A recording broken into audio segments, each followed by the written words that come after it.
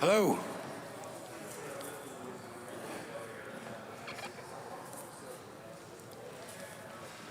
I'd like to welcome everyone to the Milford Planning and Zoning Board's Tuesday, August 2nd meeting. If we could please have the Pledge of Allegiance and a moment of silence.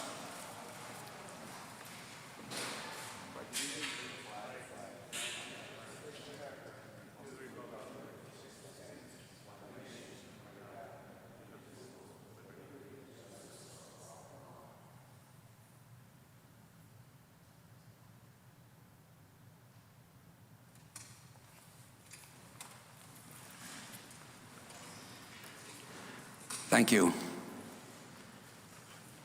The first order of business is a public hearing, accessory apartments to opt out. Oh, I'm sorry. Thank you. If you would please call the roll. Ms. Austin. Present. Mr. Castagnoli. He's not here. Mr. Hirsch. Here. Mr. Cater. Present. Mr. Collegian. Here. Mr. Moore. Here. Mr. Mortimer. Present. Mr. Sadi. Present. Mr. Zacharidis. Present. And Chairman Quish. Here. Thank you. First order of business, a public hearing, accessory apartments to opt out of the default state law, Section 6 of Public Act 2129, an act concerning the Zoning Enabling Act, accessory apartments, etc., in accordance with the opt-out procedure contained in Section 6F of PA 2129, provisions that allow for accessory apartments, and this was continued from July 5th. David, if you would open it up with a synopsis or review, and then we'll open up public comment. Sure. If you recall, on July 5th, we had opened the public hearing to explore the issue of opting out of the Public Act regarding accessory dwelling units. It was sent to the subcommittee, and it is back from the subcommittee based on the recommendation of the city attorney, because the issue of having to opt out is a separate issue from if the board wanted to create new regulations. So, and because it's a multi-jurisdictional decision, meaning that you have to make a decision on it and the Board of Aldermen needs to make a decision on it, it's felt that this board should be making that decision sooner rather than later. And then if the board decides to change their regulations, they can do so after opting out. And just to let you know, we've received a number of letters of support from various people in the community, and I can read to you the names of the people who are in support and any names of people who are not in support, if you would like me to. Would you like to do that now? Sure. Sure, that'd be great. Thank you. You're welcome. Okay, so let's see here. Received after 2 p.m. today, a letter. These are all letters in support of the ADU application, of keeping, having ADUs. Marcia Winter sent a letter of support for ADUs. All In for Milford sent us a letter. Lee Back sent us a letter. Robbie Barrett sent us a letter. Bruce Barrett sent us a letter. Wendy Bear sent us a letter. Emma Bromley sent us a letter. Michael Bromley sent us a letter. Ray Bromley sent us a letter. Sarah Bromley sent us a letter. Therese Eck sent us a letter. Darcy Jeffrey sent us a letter. Peg Kearney sent us a letter.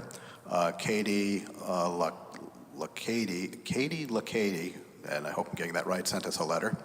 Hold on here. We got Kaylee Merva sent us a letter. Joe Merva sent us a letter. Rachel Merva sent us a letter. Charles Montalbano sent us a letter. Laura Muttry sent us a letter, and Nija Phelps sent us a letter. And those were in support of opting out? No, those are in support of having ADUs. Okay. Were there letters of people supporting the opt-out? Let's take a look here. Give me 2 seconds.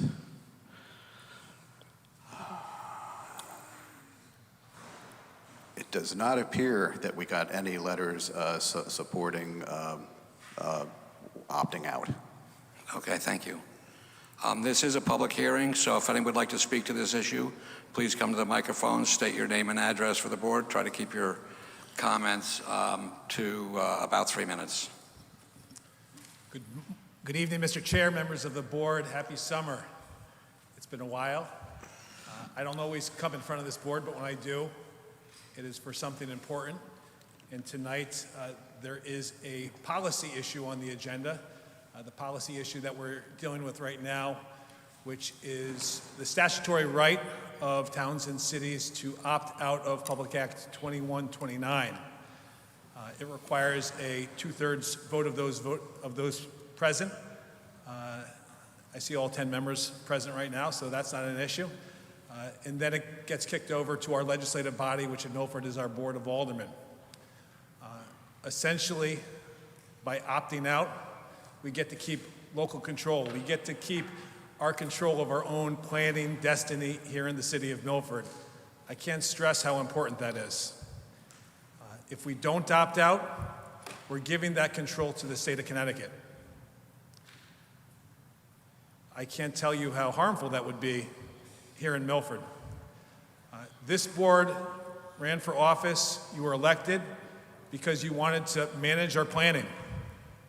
It's the #1 job description for planning and zoning boards across the country, to plan. If we don't opt out and the state's plan goes into effect, it's there forever. If there are problems, we can never fix those problems. It's there forever. Do I think we need to update our zoning regulations? Absolutely. Do I know that we could update zoning regulations with respect to ADUs? Absolutely. We could even mirror the zoning regulations that are put forth in the state statute, but if we do it and there's ever a problem, we can fix those zoning regulations. We can't do that unless we opt out. Ladies and gentlemen, we need to keep control of our own destiny because Milford is unique. Milford's different than New Milford or Bosra or Middletown or Hartford or Stanford or anywhere else. We're a big town, a small city. We got 26 square miles approximately, 17.5 miles of pristine shorefront. That's a lot to manage. We have a lot of different neighborhoods in Milford, a lot of different things that make us a real special place. And I know that you can better manage our planning than a stale statute that never changes. You're a living, breathing board that can adapt to the needs of Milford. I trust in that because Milford's a place where we've done a lot of good planning in the past. We've been recognized by the state of Connecticut's Department of Housing just recently, and we've been awarded with a moratorium for 830G because we've demonstrated the great lengths that we've gone to ensure a diverse housing stock for our seniors, for our young professionals, for our working class folks. And Milford is a blue-collar place. As you know, we spent the last year making sure that we had an affordable housing plan that was right for Milford. Just a few months ago, May, your board unanimously approved that affordable housing plan.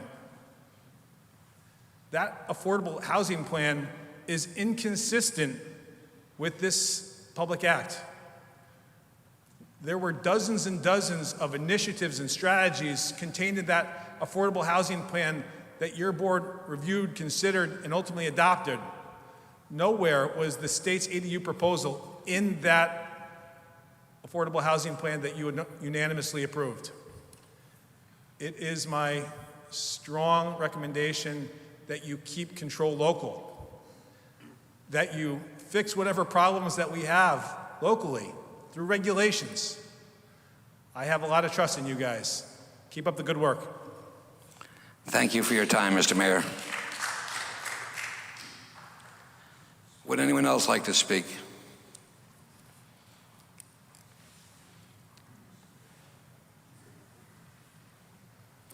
And again, please state your name and address for the board. Yes. Hi, my name is Teresa Eek, and I live at 47 Point Beach Drive. And I wrote a letter in support of not opting out. And I'm speaking on behalf of somebody who lives in Milford, has a family, friends, a church, social and civic organizations, where we desperately need ADUs. And you all represent us, and I really appreciate that. I appreciate the volunteer time that you put in and the effort and the research. I have 2 adult kids who work full-time. They can't afford to live in Milford without support from me. Now, if somebody had an ADU in their house, maybe they could move out, maybe they could stay in Milford, stay with their friends, stay with their family, but right now they can't afford it. They can't afford $2,200 a month, $3,000 a month. I know older people who are working full-time who they can't afford to live in Milford either. They work in our nursing homes. They make $20 an hour. And they could live in an ADU and live in Milford. They're an important part of this community. So we, the people, want there to be ADUs. Not everybody has to do them. This is not like mandatory ADUs. This is going to be some people who want to have ADUs, and they want to make it possible for young people to get a start. And it's a great way to help homeowners with their mortgage. It increases the property taxes because it increases the property values of the home. So I hope that you'll actually listen to the people who are in favor of ADUs. Thank you. Thank you.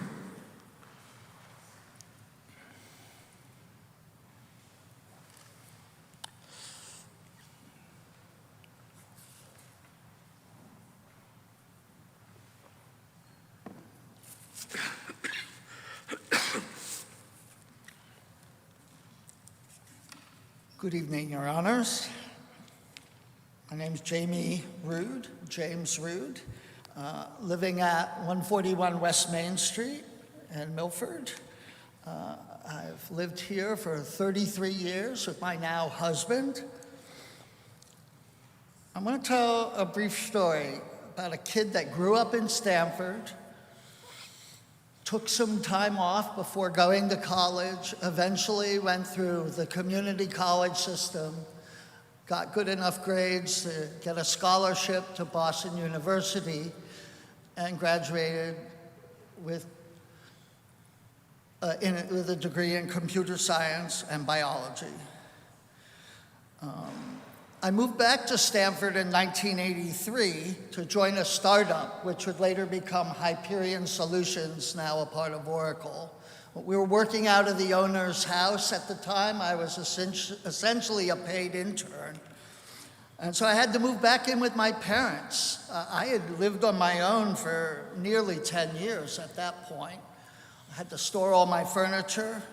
Fortunately, friends of mine turned a part of their house into a studio apartment, and I was able to live independently again, pay my student loan. I had to buy a car. Living in Stamford, there's really not mass transportation to get around adequately, much like Milford. I was able to save money and get a condo. Eventually, I met Mr. Wright. He was at Yale, and we moved to Milford, and I've been in love with Milford ever since. I love Milford because it's a good, clean, diverse middle-class city, a city with a heart. ADUs are very important. They change people's lives.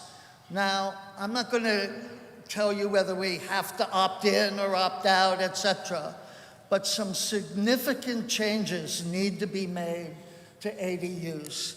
We are in the middle of a housing crisis. The city put together a wonderful housing plan, and it itself identifies that most renters and a substantial portion of homeowners are very cost constrained by their housing. If we do opt out of the state's plan, we need to update the ADU legislation so that a family who is struggling to pay its mortgage can do a rental. To someone who needs a studio apartment like I needed in 1983. They should be able to be non-family members. These apartments are an important part of a broad set of things that need to be done to make housing that is affordable in Milford. When we moved here, there were almost no apartments in 1989. We rented a little cottage over on Prospect Street. Now there's complexes everywhere, but the rents are exorbitant. Everyday people, you know, they're really made for people with six-figure salaries and commuter to New York and other, maybe Stamford, Fairfield, etc. There really aren't many affordable housing options. And by affordable housing, I don't mean projects, though there's nothing wrong with projects. I live across the street from one. They're much better than neighbors than when that property was in bankruptcy. Please consider the needs of Milford residents because, I mean, you're really constraining the type of people who can afford to live in Milford and get a start in life. And you're really constraining the needs of homeowners who can no longer afford their exorbitant mortgages. Thank you. Thank you for your comments.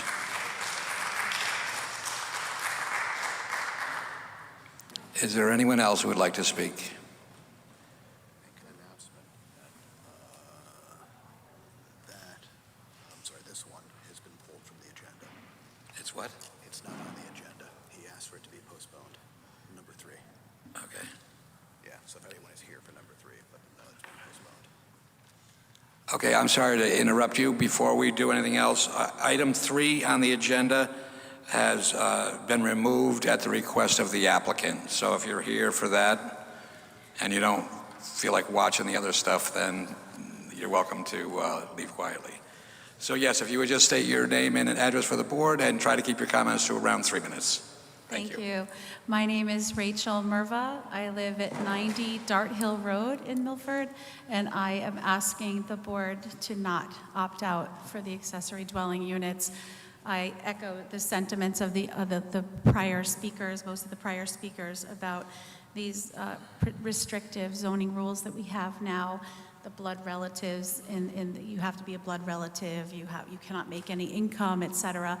It's too restrictive. There are adult people in my network, adult children, senior citizens that are really looking, they're struggling and they're looking for alternative housing, and we have very limited options in Milford. You know, I also would like to highlight that I think a study should be done on the benefits of accessory dwelling units in Milford. So I'd like to request that as well.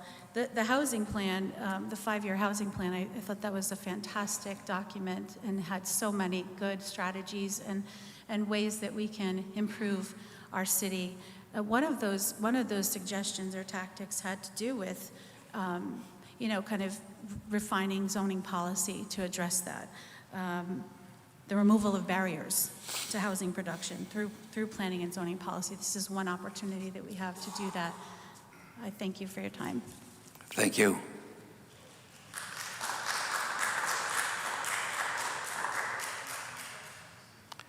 Is there anyone else who'd like to speak?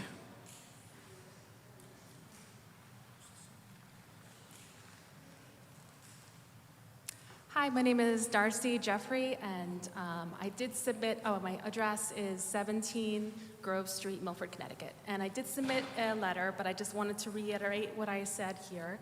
I both live and work in Milford as a school nurse. And my parents grew up in Milford, and I live in a family home. I'm fortunate to live in a family home that my mom grew up in and her mom grew up in. So it's been in the family since 1925. My parents, they live in Maryland, where I grew up, but they want to move back to Milford and be close to family. And an ADU would allow them to do that. It's my mom's dream to move, not just to move to Milford, but to be, by the house where she grew up in, and the location and everything's very important to her. So this would really be a life-changing thing to have an ADU. And the ideal location right now is to have it where the garage currently sits behind the house. They could age in place there, and there's so many benefits to that, not having to move to assisted living when the time comes. And then looking into the future, it could be rented out, or as I age, I could move into it. Say I had mobility issues going up and down the stairs of the house. And I just wanted to also add, it's life-changing for me, but I know this would make a difference to so many others. And for many reasons, ADUs are important. And just a note to the affordability and the housing crisis, I'm not sure if I'd be able to afford living in Milford if I didn't have this family home here. So I want others to have the same opportunity that I have had. Thank you. Thank you.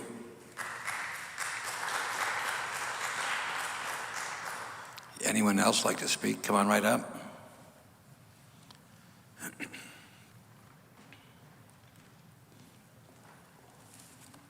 Good evening, Mr. Chairman and members of the board. My name is Kathy Kennedy. I reside at 265 New Haven Avenue. I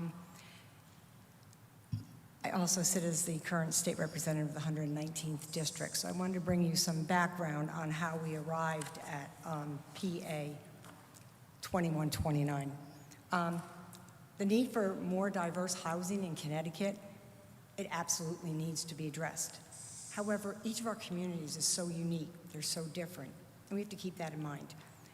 Public Act 2129 originated in the Planning and Development Committee as a substitute bill for House Bill 6107. I don't mean to interrupt. Could you speak a little closer to the mic? It's a I'm little sorry. difficult for us. I'm sorry, I apologize. Thank you. Okay, so I'll just repeat that. So, Public Act number 2129 originated in the Planning and Development Committee as substitute House Bill 6107. This was not the only bill that came out of the Planning and Development Committee. There were a number of bills. Tonight, my focus is on this Public Act, accessory apartment and parking restrictions. To clarify, this bill requires towns and cities to allow accessory apartments, also known as accessory dwelling units, as of right, meaning that zoning regulations cannot prohibit their construction. The bill also sets limits on the number of parking spaces that can be required, capping the number of spaces required. For instance, a one-bedroom unit would only have one parking space, a two-bedroom would have two, excuse me, et cetera, et cetera. When this bill was before the House and the Senate, it was a bipartisan effort to successfully include the opt-out provision for the accessory apartments and parking regulations. That was a huge feat.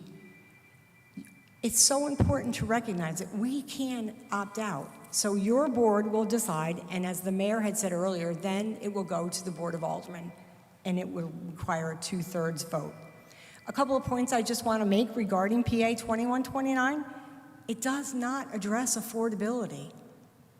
Every community can explore to allow more diversity and an opportunity for housing, but this bill is not going to do that.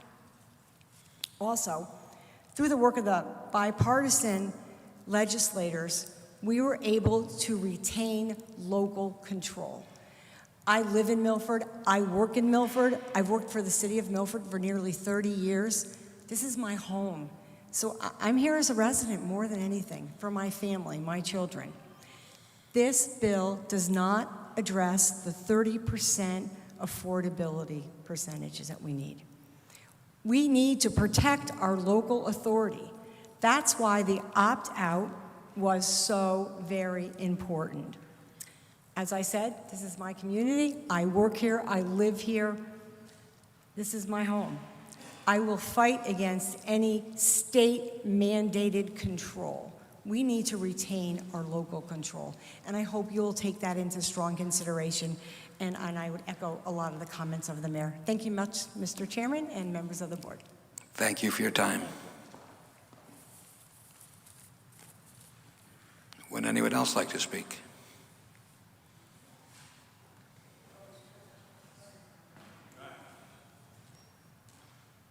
Good evening. Dominic Cotton, 60 Corona Drive, Milford, Connecticut.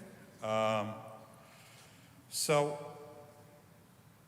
I would like to speak in favor of the board being able to regulate what's appropriate for Milford. I understand that there's a lot of complexities that go along with affordable housing and what our needs are for the community. But I also understand that there are times where it's appropriate to put affordable housing. And I think that there have been times when this board has certainly recently voted for that and ensuring that there is those components in projects that you guys have approved. But I also can see that there are times within certain property dwellings where it's not appropriate. You know, it's very heartfelt because I work with a disability community, and it's very difficult to find housing in Milford. I know for some of the people that I work with, they've ended up going to West Haven because it's been more affordable. But I also know that if you look at certain properties that are in Devon or other places, it's just not appropriate in certain, you know, configurations. And like I said, you know, if there's a, you know, a property minimum that you guys feel is appropriate to be able to put an accessory apartment within, or even helping to deal with our affordable statutes by making certain accessory apartments that might not have been legal in the past legal, so it can count towards you know, our accessibility here in Milford. I think that that's appropriate. But you know what? It's not a one-size-fits-all. And there are different communities within Connecticut. I get that. So really what I'm trying to say is, you know what? Sometimes you have to put your faith in front of the board and say that they're going to do the right thing. And so for Milford, I'm looking at all of you guys, and I'm saying, you know, please weigh all the different considerations that you have in front of you. And I know 830G has certainly been an issue for me for a multitude of years, and sometimes it's worked out appropriately, and sometimes it hasn't. But you know what? We got to do the Spike Lee thing and do the right thing and do what's right for our community, but also realize that some of our community is having difficulties affording to be able to live here. And that's a consideration, and that's something that you guys need to consider in making any changes to that regulation. But it's up to you. And hopefully you'll be representative of like what we are here in Milford. So I thank you. Thank you. Would anyone else like to speak?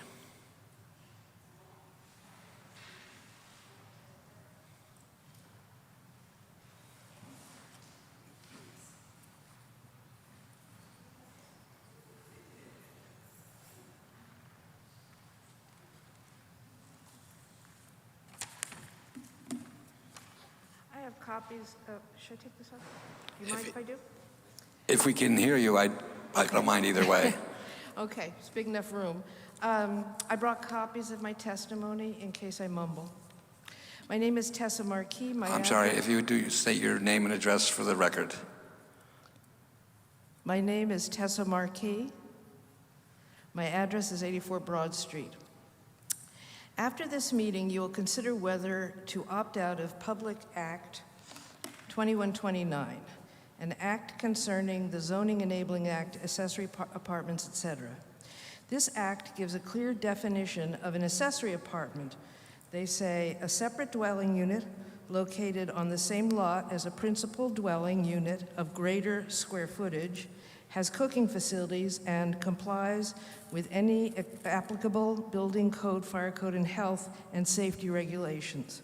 According to the Act, this will cause less of a strain on our resources and infrastructure than new housing. It even states a need to, quote, avoid undue concentration of population by establishing this option.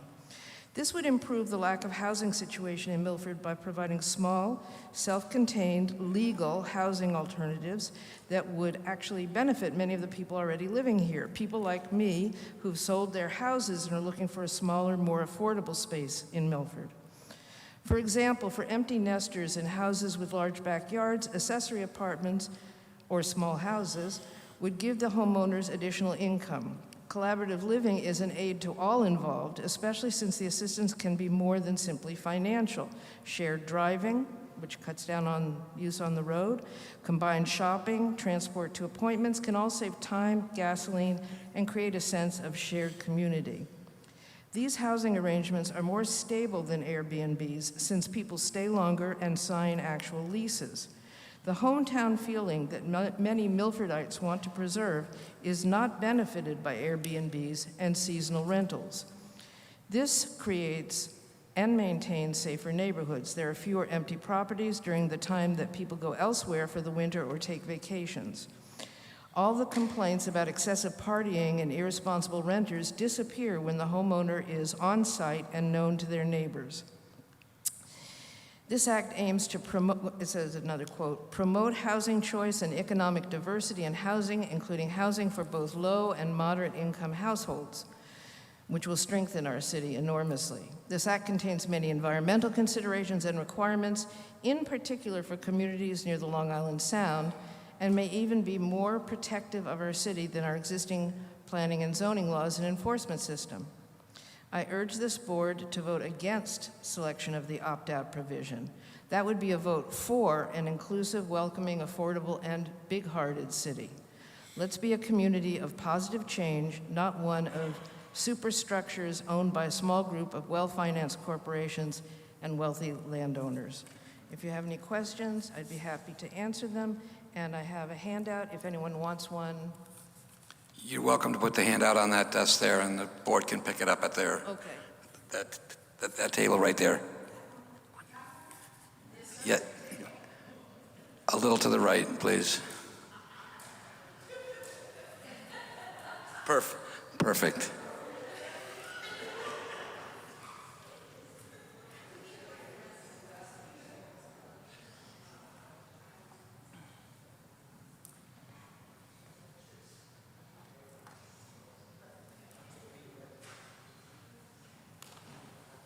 Would anyone else like to speak? My name is Michael Brown. I live at 84 Broad Street in Milford, Connecticut.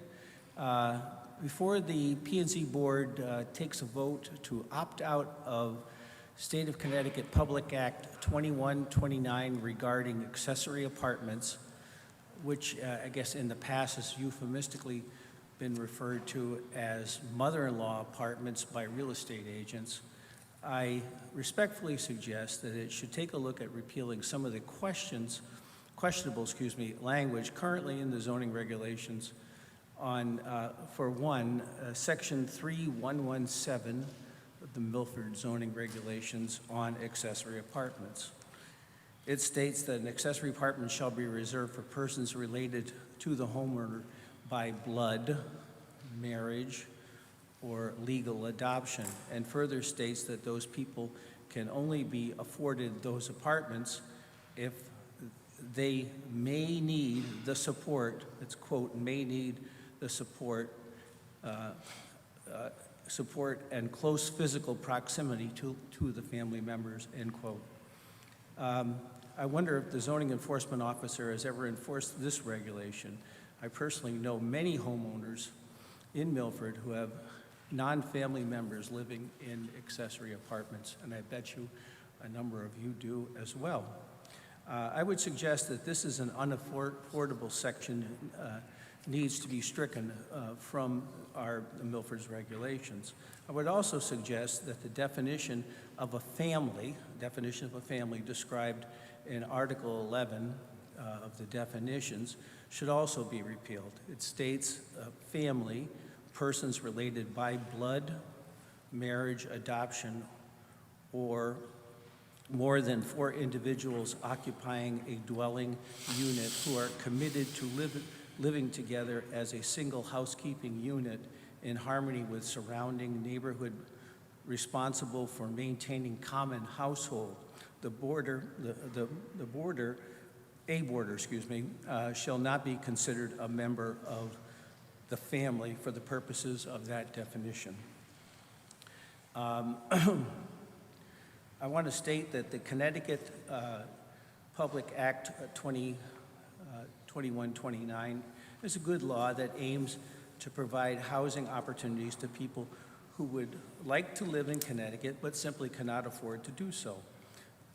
There is a shortage of affordable housing in Milford. Yes, new apartments are being built all over the city. My wife and I checked out some brand new apartments downtown.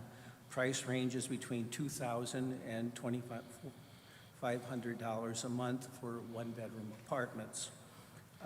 I suggest that the board clean up Milford's current regulations, removing all the troublesome language, and then possibly after you clean up Milford's regulations, you might find you are in compliance with this excellent State Public Act 2129. Thank you. Thank you.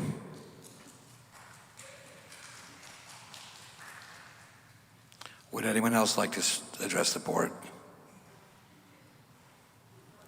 If you would, state your name and address for the board, and if you would, try to speak loudly into the microphone. Sometimes hard for us to hear. All right, how's that? There you go. Sarah Aaron Bromley, 27 Norway Street in Milford. I wish this were more, it could be a conversation. I know it can't be, you just have to listen, but sometime I'd love to get together y'all and just talk about this. Because I know the Milford special, but I like to think too that we are not unique in this housing crisis that the state made this bill to address. I wish if we were having a conversation, we could talk about what the specific objections to the state plan is, because they spent a whole lot of time making that plan, lots of experts and stuff, and it just seems like if you opt out, that's a whole lot more work to redo, to make specific to Milford. And I don't see how we are quite that special and that unique, because it doesn't, I don't know if we could have a show of hands, because we can't participate, but I'm wondering how many people here have housing crises. I'll raise my hand, but I'd also like to submit that there are a lot of people who are not in this room, who are from Milford, born and raised, who've lived here, who work here, who can't live here. And I'd like to think about who's not in this room right now. In that vein, I'd love to invite you all to meet some of the people I meet when I'm out delivering food. Because I started working in food insecurity about 7 years ago, and I did it because I thought, I can give food to people, no problem, I can help, that's something I can do. Housing, how can one person do something? But now I see, when I hear these people's stories who need food, and there are so many more than there used to be, the connection, why they need the food, why more people who didn't need it before need it now, it's because they are cost burdened on their housing, the rents are going up and they can't pay it. So they do without food or other necessities. So I'm speaking fast, but I'd love for you to meet some of those people, like my friend, I won't say their names, but like my friend who is 83 years old, continues to work as a school crossing guard because her husband has MS, is in a wheelchair. They are worried about losing their home, and if they could sell it and move to a smaller place like an ADU, that would be wonderful for them. Or the family I know who has 4 adult children who are living at home because they can't move out, and there's no, and how it's really, really depressing for them because they don't want to leave Milford. They love Milford. They actually just took in another young adult who was kicked out of her family because she's bisexual. So that's just a little PS. So now they have 7 people because none of them, they're all working full-time jobs and they can't afford to move into their own space. So yeah, my own self-interest is I have a daughter who's living at home, doesn't want to be there. She's miserable being with us. You can imagine if you have a 23-year-old yourselves, they don't want to be with us. It's really affecting her mental health, though, even though I'm making it sound light. I need one for her. I need one for my 83-year-old mother-in-law and my 78-year-old mom who's stuck in Florida. Don't know what to do with her. Okay, but I don't want to be stuck with an ADU. I don't want to build an ADU in my house, attached to my house or whatever, and then when they all go, I don't want to be stuck with that. What am I going to do with it? That's just wasteful.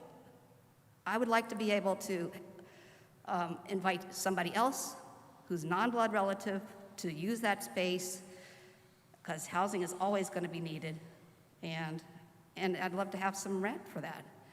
I'll stop there. I see you watching the clock. Thank you for your time. Thank you for your work. I think if we stay opted in, you'll actually have less work to do because a lot of the work has been done. Thank you.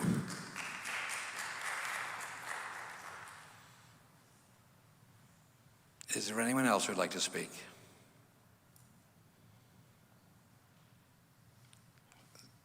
Seeing none, we will close the public comment session of this public hearing. Are there any questions or comments from the board? Mr. Sadi. Thank you very much, Mr. Chair, and welcome citizens of Milford. A month ago on July 5th, we had our preliminary hearing on this and 5 people spoke in some portion of the issue. It was determined after discussion by the full board that we're going to refer to the subcommittee that is Regulations Subcommittee.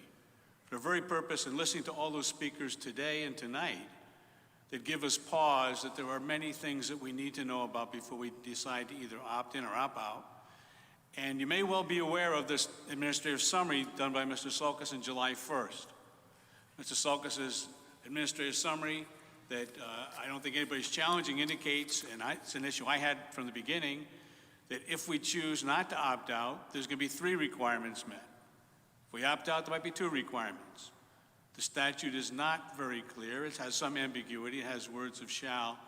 So with that in mind, the board sent to the Regulations Subcommittee, and we had a meeting last week. And we discussed many of the things that we heard at this particular hearing tonight, and we appreciate the input of the public. I've heard the mayor speak, and I always respect the mayor when he speaks, and he's an excellent speaker. But it's very complicated matter. Representative Kennedy spoke here, and from what we heard, it was not an easy decision made at the legislature. So we're going to take our time on this appropriately so we can try to make sure that we assess all the concerns of all the constituents of Milford. It may not be that you're all going to be happy, but I think that at this point we really should not be taking a vote. We should table this as we plan to do to let the Regulations Subcommittee do its work, but that's my feeling. I'll listen to other members of the board speak. I'm not making a motion at this point. Thank you, Mr. Sadi. Is there anyone else who would like to speak? Mr. Collegian. As strongly as Mr. Sadi feels about waiting, I think waiting is a waste of time. I was at the subcommittee, the Regulations Subcommittee meeting, and that was a waste of time, notwithstanding that some of my colleagues, including Mr. Sadi, did a lot of work before the meeting. It's a simple issue, and I think we're ready to take a vote, and I think delaying it and deferring it and having committees, it's all about not making a decision. It's pretty simple, guys. Let's make a decision, and let's do it tonight. Thank you. Mr. Hirsch. I haven't seen anything, and maybe I'm wrong. I wasn't at the subcommittee meeting, but how many units in this town constitute an ADU? Do we actually have a number on that? You're asking about the current accessory apartments? Yeah, how many are we talking in the town of Milford? The current number is approximately somewhere between 100 and 200 accessory dwelling units that are within the structure in accordance with our accessory dwelling unit or in-law regulations. So there's 60,000 people that live in this town, and we're talking about 100 units. Yeah, those 100 units are based on the regulations as they currently exist in our zoning regulations. Now, if the regulation holds the day and we decide not to opt out and be constrained by the regulation, how many ADUs would then exist in this town? If it is decided that you're not opting out, then the statute as it stands takes effect, which will allow anybody who has a single-family dwelling in the city of Milford, it will allow them to establish an ADU or an accessory dwelling unit. And that's whether you live in Devon, whether you live in Forest Heights, whether you live in Woodmont. If you have the statute talks about a single-family dwelling unit. So if you have a single-family dwelling unit, no matter where you are, according to the statute, you'd be able to establish another accessory apartment or have an accessory apartment on that property. So now that would take your number from 100 to 200 to potentially thousands and thousands and thousands. Is that right? Potentially. Is there anyone else? Chairman, yeah, through you to Dave. If we vote to opt out, we could then go back and change our accessory dwelling unit statute that we have on the books now. Yeah, if you opt out, the big thing about opting out is that it maintains local control to you. So you can opt out, and if you like everything that's in the state statute as it is today, you can adopt that as a new regulation. Or we can change the one that we have on Or the you can books change now. the one that you currently have. You right. can do anything you want with Yeah. the regulation. Okay, thank you. Yes, John. Yeah, just a couple of comments. Number one, I think there's no debate. It's expensive to live in Milford, and we have the ability to mitigate that a little bit. There's no doubt about that. Also, it's been a little cleared up through our conversation here, but a lot of the speakers were against opting out. But when we say we might opt out, it's not we're opting out of the ADUs, but the state regulation. So we can put in something that fits our community better than the cookie cutter approach that the state has taken. And as the mayor mentioned, if something goes wrong, we can correct it. Whereas if we go with the state bill, it's out of our hands completely. So just want to make a couple of points there. Thank you very much. Etan. I have more of a procedure question, which is if we decide we want to opt out, shouldn't we have some framework in place to then go back and discuss if we do opt out, what we want to have in its stead, rather than if we vote to opt out today, then go and decide what we want to do? Are we going to run up against any time limitations to conform to the state statute? Yes, we do, and we have a regulation subcommittee, and it's open to other members that are not on it now but would like to join for either that discussion or all discussions. Right, but in other words, what if we can't reach agreement amongst each other? Is there a time period we have to reach agreement in order to comply with the state regulations? You have to decide whether or not you're going to opt out by January 1st, 2023. If you do nothing between now and 2023, it automatically takes effect and it renders our currently existing accessory apartment regulations null and void.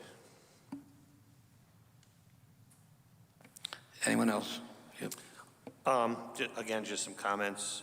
I would rather have our control in our city rather than the state. I know a lot of people weren't happy with 830G, which was a state statute similar to this. We had no control. We will have control over this since we already have our own regulation. I agree with Brian. It went to the subcommittee. It's back. It's time to vote on this. There's no reason to table it again. It's just gonna, we're burning time to January 1st, 2023. It's time to vote on it. Thank you. Anyone else? I'd like to make a couple comments myself. I think that there was a lot of effort and thought put into the legislation, and I think it's addressing a need that is a substantial need throughout the state, and it is a substantial need here in Milford as well. I think it does a number of things. I think it enables our elderly people, our young people, to have a way to stay in town. And I also think it helps just the average citizen build wealth. And I think that's a very valuable thing. It's a very good thing to be able to do. I do see some problems with the legislation, and we have seen circumstances when good-intentioned legislation is now taken advantage of. And the consequences, if there are gaps in this and there are, if it gets out of hand, and whether you don't want to blame developers on everything, but if it is the case that there is a plethora of buildings and ADUs that are being constructed that are really not addressing necessarily the issues that the state statute would try to do, and what I personally think is a good thing. I think if we do opt out and we do send it to the subcommittee, my hope is that they will do a very substantial and good job of crafting legislation that, again, if we craft legislation and it works out that there are gaps and we are getting taken advantage of, then we can go back and change it. I think the fact that we are in handcuffs if we stick with the state regs, I'm pretty much for it, because you never know what board will come in and cut the legs out from under something else that we try to do tonight. But I think that the potential for irrevocable harm to Milford exists if we don't opt out. And I think that if we do, we still have an ongoing opportunity to improve. And I will work to improve that as chair of the Regulations Subcommittee as long as I'm on it. And the good work that the members do on that will be the test of our will. And I have faith that we can address the issue that is, I think, substantial, and do it in a way that protects the city as well. Mr. Chairman, I would agree with that approach. That's a very reasonable approach. Thank you. I would then entertain a motion. Okay, I move to opt out of the default state law provisions that allow the construction of accessory apartments contained in Section 6 of Public Act 21-29, an act concerning the Zoning Enabling Act, accessory apartments, etc. In accordance with the opt-out procedure contained in Section 6F of PA-21-29, for the following reasons. Milford has regulations for the provision of accessory apartments, which can be found in 3.1.1.7 of the zoning regulations.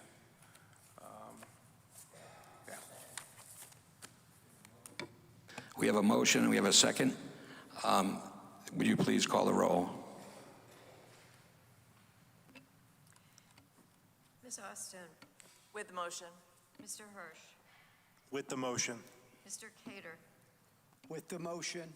Mr. Collegian. With the motion. Mr. Moore. With the motion. Mr. Mortimer. With the motion. Mr. Sadi. Abstaining. Sorry. Mr. Castignoli. Yes. Sorry. And Mr. Zaharides. I'm with the motion. Chairman Quish. I am with the motion. Motion passes. Thank you for all your comments, and I I will say this, your voices have been heard, and we will take it to heart and try to do the good work and make it a little better than the state statute. Thank you.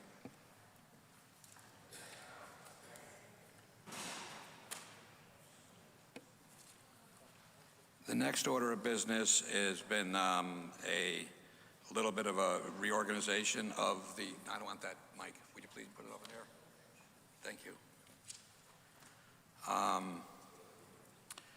Both 67 Cooper and 69 Cooper will come in front of 615 Plains Road. The applicant has the floor. Thank you, Mr. Chairman. For the record, my name is Kevin Kersaden. My office is at 3 Lafayette Street here in Milford. These are two simple applications. The reason they're in front of you are two reasons. One is the fact that each single-family lot is within the coastal area site plan approval zone, so there's a coastal site plan approval aspect. And then uniquely, these two properties, or the structures being built on the two properties, are within 25 feet of the mean high water mark. This is Cooper Street. It's one of the finger streets off of East Broadway that has backs up to land that's actually owned by the state of Connecticut, which is part of Silver Sands State Park in the back there, where there is tidal wetlands and inland wetlands. We received inland wetland approval and city engineer approval for both of these. There was some comments made during that review and approval process. The revisions to the plans, according to the city engineer's comments, have been made, and also the inland wetland approval, those revisions have been made. They were just minor requests for stockpiling of how to stockpile soil and protecting the wetlands in the back during the construction phase. So originally, these properties were 3 single-family lots. There was a lot line adjustment, lot consolidation, reducing the number of lots from 3 to 2. There was a single-family house on this property at one point in time, about a year or so. Last October, I think, that house was taken down and removed.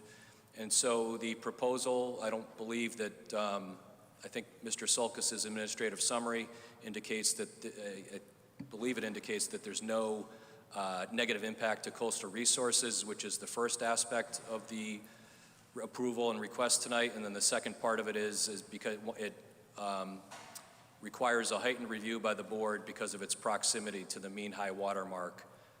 And that is our presentation. There's 2 separate houses. It's 2 separate applications. It was originally 67 Cooper. Now it's actually 67 and 69 Cooper. I believe if the board wanted to, they could vote in one. It would have to be actually 2 votes, but there only really needs to be 1 public hearing. And I'm here to answer any questions. Thank you. It's good? Okay.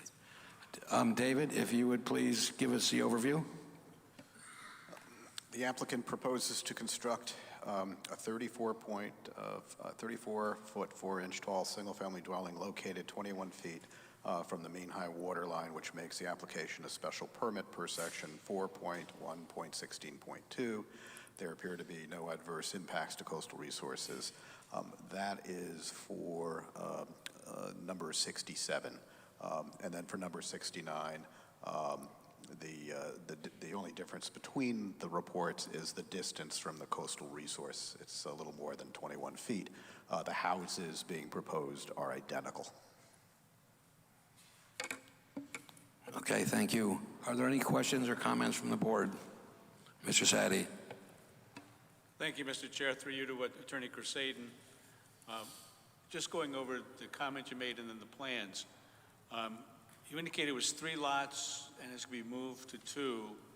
At least what it looks like page 1 of your plans shows maybe 4 or 5 lots. It's just, I'm trying to figure out where we go from 3 to 2 when it looks like it's just 1. Excuse me.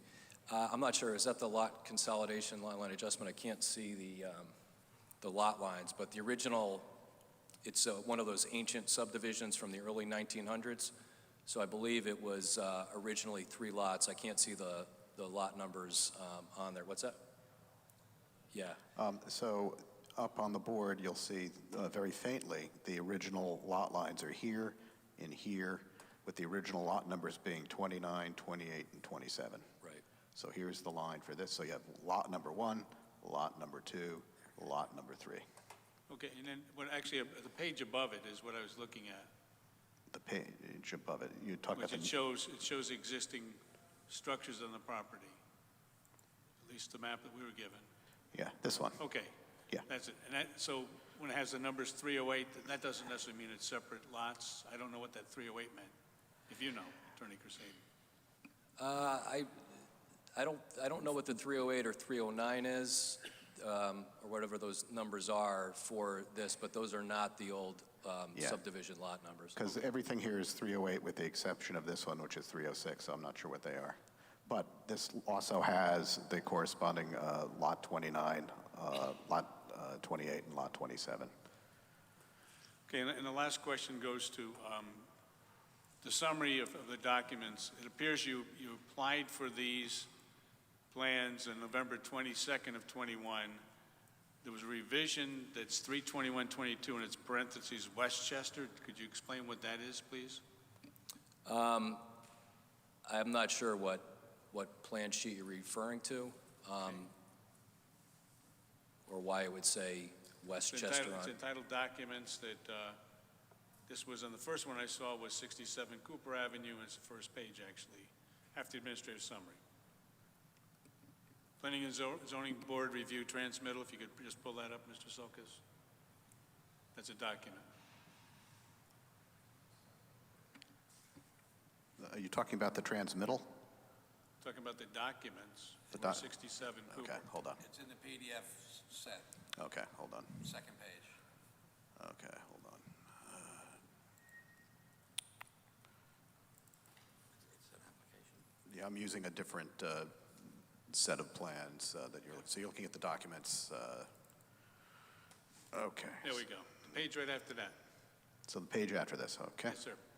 This one? It's called Date of Plans, 11/21, revisions of 5/31/22, 6/20/22, Cataspati, and 3/21/22, Westchester. I know Cataspati Cataspati is prepared by them, but who is Westchester, if you know? That may be the architect on the plans, or Okay. it might have been one of the other professionals in response to the engineering. Yeah, regarding I the believe wetlands. the architect's name is Westchester. Hold on. Okay, and then the revisions, you did mention that you revised it to comply with the city engineer's letters and requests to you? That's Okay, correct. And so this, you filed it around November 22nd. We're now in August. It's a good 9 to 10 months out. That's about the ballpark we normally would have in an application like this, correct? Length of time? Really, it really depends on the different challenges with the property, and this one had some unique challenges because of the inland wetlands and the tidal wetlands. But you're probably looking at 6 to 9 months for an approval for a CAM application from start to finish, probably. And it also, on this one, just so I can finish, it appeared to be complicated because of the fact that it appeared to be one lot that you said you eventually found out was 3, and eventually you're going to make it 2. Is that correct? Yeah, that's not a complication part of it. That's more of an administrative consideration for the lot consolidation lot line adjustment that also falls under the the old 642 or the lack thereof. But in this case, the 2 lots you can build structures that are 100% zoning compliant on 2 of these lots. If you had tried to build 3 houses, would have been an overreach because you would have had to receive variances for each one of the lots for setbacks and other issues. So the developer and I had talked about it earlier on and decided that the best course of action was to limit it to 2 houses that were completely zoning compliant. And the last area, I have a question, and thank you, Mr. Chair. Your plans, I've seen them, they look excellent. Is there any ability to put an ADU if it's approved and we redo the zoning regulations on that piece of property? Under the current state statute, you could place an ADU there, depending, and if the board decides to, opt out or establish its own regulations, it would depend on what the regulation is. What the challenges are with the ADUs, generally speaking, under the current regulations, you have a lot of older language that refers to family and certain requirements that are probably should not be applicable today. But you also start running into the setback requirements and the lot coverage requirements. And if you do consider an accessory dwelling unit revision, you should really consider the fact that you should really take into consideration reducing the required setbacks and reducing the required lot coverage, because those are things that really would hamper it from happening. So under the current, Public Act 21-29, you could put an ADU on every single family house in Milford, just like Mr. Sulkus had said. Thank you, Mr. Chair. No further questions. Thank you. And by the drawing, the Westchester Modular is the designer and the manufacturer of modular homes. So this is a modular home. That's what Westchester refers to on the first application. It is a modular home, correct? Right. Yeah. Mr. Chairman? Yes, Mr. Casignoli. Dave, what's the height of the adjoining properties? I mean, this is 34 feet high. What are the adjoining properties? I don't know, and that's because that's not required. They only have to meet what the zoning regulations say for their property. I realize that, but I'd still like to know if these are much higher than the adjoining properties. Mr. Casignoli, Yes. I can answer that. I don't have the exact measurements, but there's some newer houses. If you're looking at the property to the left, or it would be the north, I believe those are newer houses that are similar in height to what's being proposed now.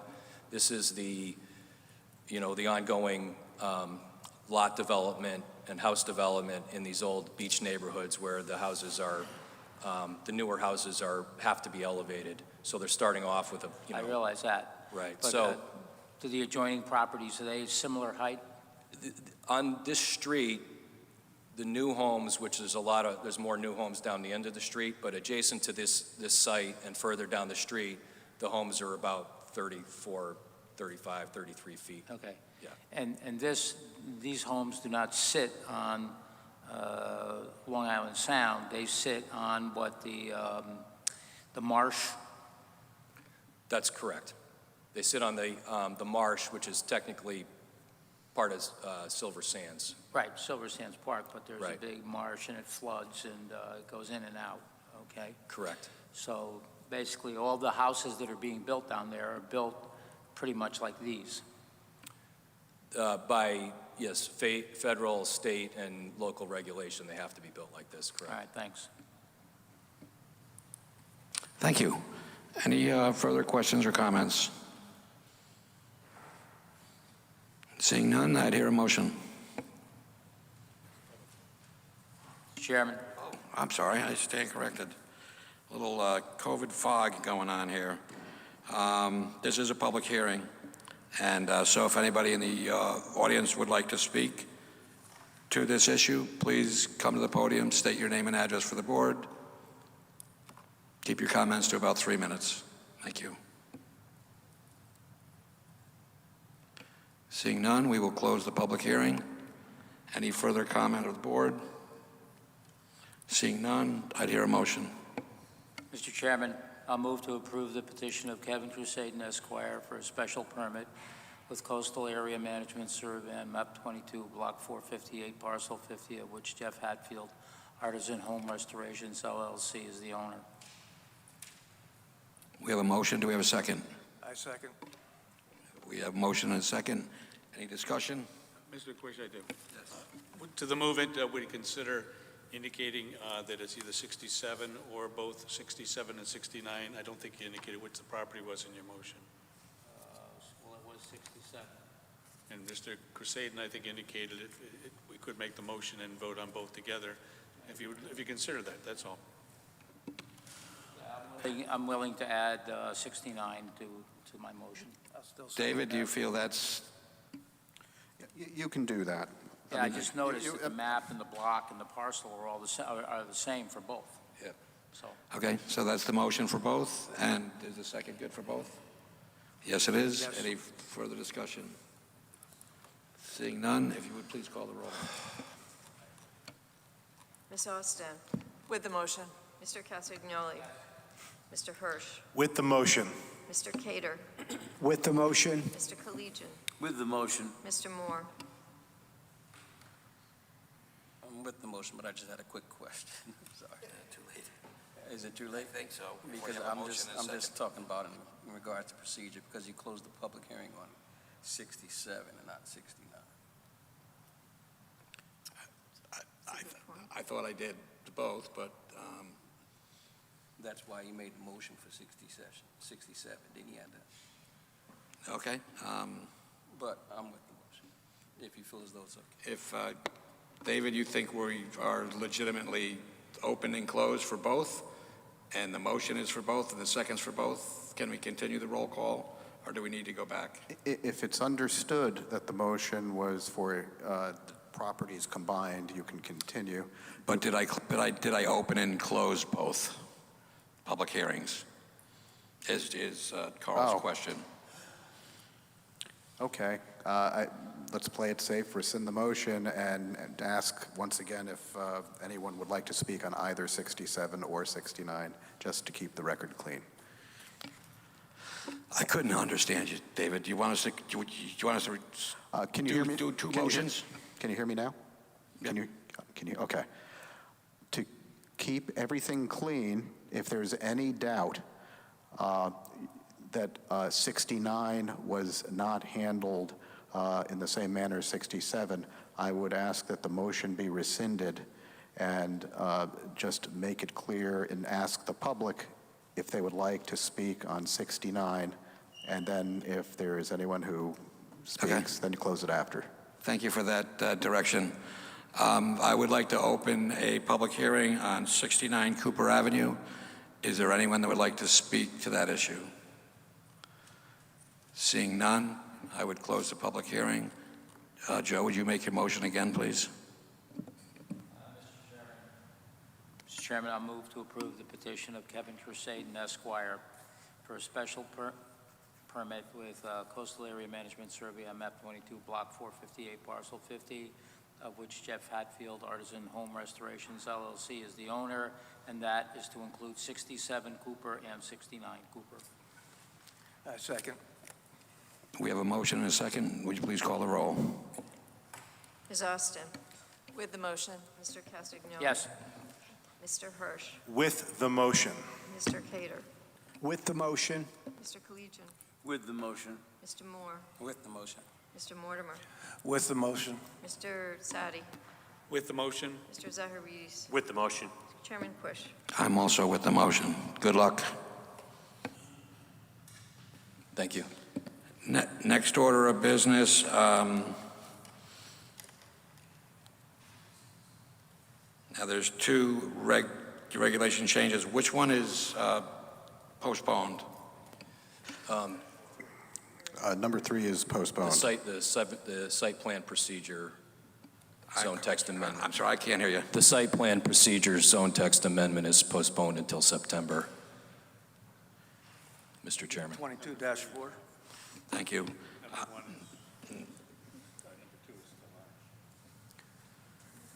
Okay, so the next order of business is 615 Plains Road, Zone LI, petition of Kevin Crusaden Esquire for a special exception with site plan coastal area management review for a school bus storage, maintenance, and dispatch facility with outdoor fueling station on map 62, block 928, parcel 4B, of which 615 Plains Road LLC is the owner.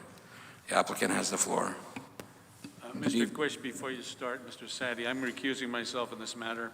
I'm going to leave the room, and if somebody could just let me know by a text message that you're available to go back into the hearing. Yeah, I don't have my phone, but I'll come on and get Okay. it. Thank you. Good evening, Mr. Chairman, members of the commission. My name is Kevin Crusaden. My office is at 3 Lafayette Street. I'm here on behalf of Durham Bus Services. It's a national company, but they service the local school districts here in Milford and in other towns. With me tonight is Attorney Lynch. He's here on behalf of the property owners. We also have the property owners here tonight and our traffic engineer expert, Mr. Ullman, and I think that's everyone. The project engineer, Ron Wasmer, took ill today and sends his regrets, but did not want to have the potential of making anyone else sick, and he wanted to try to get better, so I'm going to run through the site plan as best I can. This application, with some slight, it's pending some, it's had some slight revisions on it since it was here before the board previously. There was a lot of discussion previously, including in my statement of use, whether a traffic study was required or allowed, or whether there was a third-party review that would be allowed. We went back and forth on that. We had offered the traffic study. Traffic study was obtained. DPLU staff still requested the third-party review, and Mr. Hua is here. He performed, the traffic engineer, he performed the third-party review on part of the staff and the city of Milford. And we, as follow-up to that, Mr. Wasmer had made some minor revisions based on some questions that came up about traffic pattern, how are you going to get fuel delivered to the site. Most of you are probably familiar with this. Is kind of near or diagonally across the street from the Milford Riders. The location is, it's an LI zone. It's up on the end of Plains Road, almost right before you hit the dead end with the railroad tracks. I'm going to see if I can slide this down. The building is an existing building that's been renovated, and the site work has also been completed. The other aspect that we were waiting on when we were here previously was we did not have final inland wetlands approval at that point in time. Now we do have final inland wetlands approval. The application is for a site, it's also a coastal site plan, which the parameters are that the board needs to determine that in order to approve it, there's no negative impacts to coastal resources. And then the real primary reason for being here is it's a special exception application, and the special exception goes to the use because this use as a bus operations / bus storage facility is not a specifically allowed use under the Milford zoning regulations in this zone, and it's also not a specifically prohibited use under the Milford zoning regulations. So in those limited circumstances, you can ask the board for a special exception, which requires a 2/3 positive vote by the board of the full board. So out of 10 members of the full board, you need 7 votes in order to approve it as a special exception use. The site's 3 acres. The existing building's 13,000, almost 700 square feet. The use on the adjoining lands and in the neighborhoods, Milford Riders Motorcycle Club. There's storage, vacant. There's some of the lots are vacant. There's contractor, shop, office, landfill. There's a city landfill in the back up behind the property. Previous use was manufacture of man lifts for utility trucks. I've already discussed the proposed use. We're not increasing the square footage of the building. There is an outdoor self-contained fueling station that's also been built on the site, with that use also pending zoning approval. The hours of operation would be during the school year, Monday through Friday. The first bus is out at 7 a.m., with the rest being at staggered start times until 7:15. All buses return in the morning between 8:30 and 9:15. And then there's some midday routes are between 10:30 and 11:30, back by 12:30. Afternoon routes, some are at 1:15, and depending on the day, home to school routes are back by 5 p.m. And then they also support sports teams, and some of those buses may return at 10:30 at night or later. There's trips on Saturdays that will be for sports trips depending on the season. And during the summer months, between 12 and 2, 20 trips at most. The traffic engineers are here to talk about whether there's what the impact is, if any, of the traffic. We had proposed last time, and we propose again, and we think it's a good proposal because there has been some question, at least from staff, about how the buses are going to enter and exit the property. So we would ask this to be a condition of approval: is exit onto Plains Road, turn onto Shellen Street, and then onto Bick Drive. And then the buses would return via Bick Drive to Shelland, back to Plains, and entering the property from Raton Drive, with the property being on the corner of Raton Drive and Plains Road. There was a question, here's the revised site plan. So this is not a site plan that really would, although we have to meet the parking requirements, it's not a parking lot. So there is a full-time operations manager, Mr. Neil Martino, that's been doing this for a number of years. These are professional bus drivers, and this is a national company. So it's basically the amount of parking that they are required for the buses is how they deem fit that they can best fit the buses on the site. We believe we have more than sufficient parking for that, and then we also have to account for the employee parking, which we do, and we had to add some spaces, I think 5 to 7 spaces from the previous plan, which was one of Mr. Wasmer's site plan revisions. There was been a question about how do you receive fuel.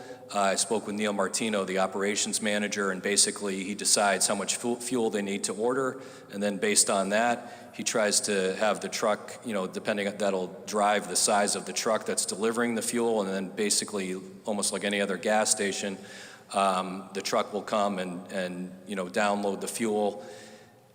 He would try to do it, obviously, during hours that work for the bus company operations. There is a small office in the building already, and that would be part of it, and our parking calculations account for that. I'm just looking to see if there's any architecturals. This is the site. I don't know if anyone had an opportunity to drive by the site.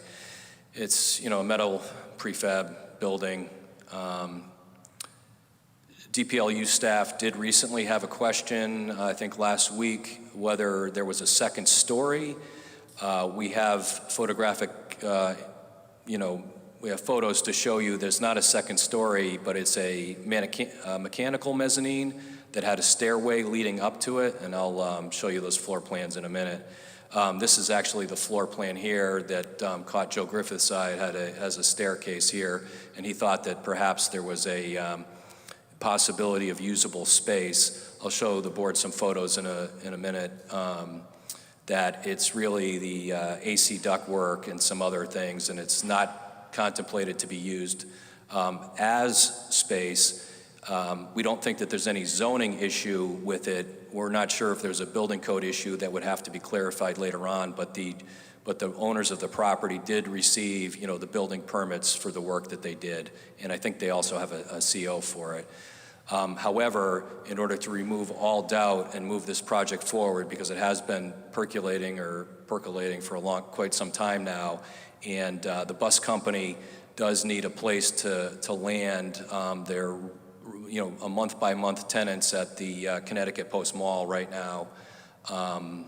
And they've been fortunate to be able to do that, but they're not sure how much longer they're going to be able to continue that month-to-month tenancy.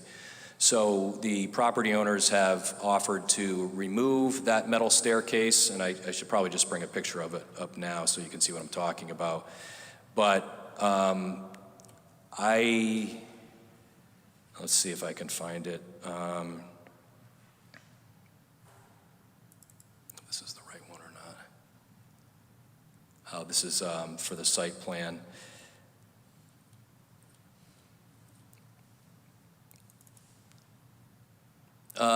That's the mezzanine. That's one copy of the mezzanine. One photo of the mezzanine. This is another photo of the mezzanine. I do have some additional photographs here. Oh, here we go. Let's see. I'm just trying to run through. Just trying to remove any questions or concerns that we should be accounting for parking for this space is really what the zoning issue is. So that's when you get up to that mechanical mezzanine area. The staircase was put in for worker safety to get up and down. The property owners offered to remove the stairs so that it would not be, quote unquote, considered a second story under the building code if that was going to cause an issue.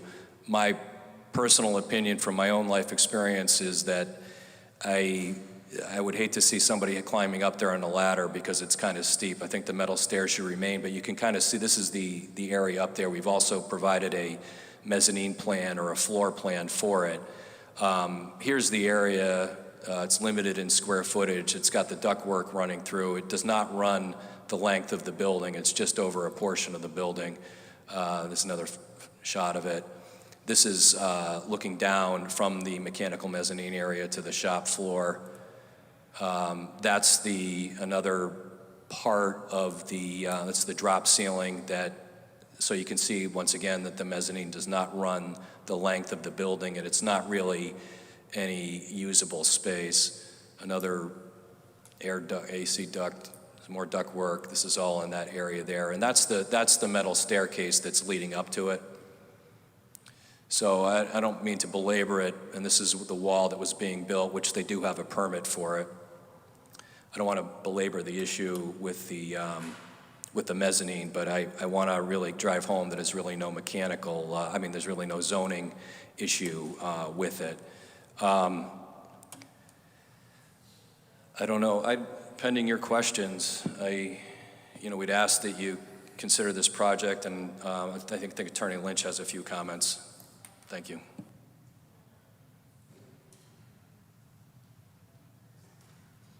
Thank you. And just for the record, Thomas Lynch, my law office located here in Milford at 63 Cherry Street, and I'm here tonight with my client, Jason Julian, who's the owner of the property at 615 Plains. And to be perfectly blunt, this application has been pending for well over a year.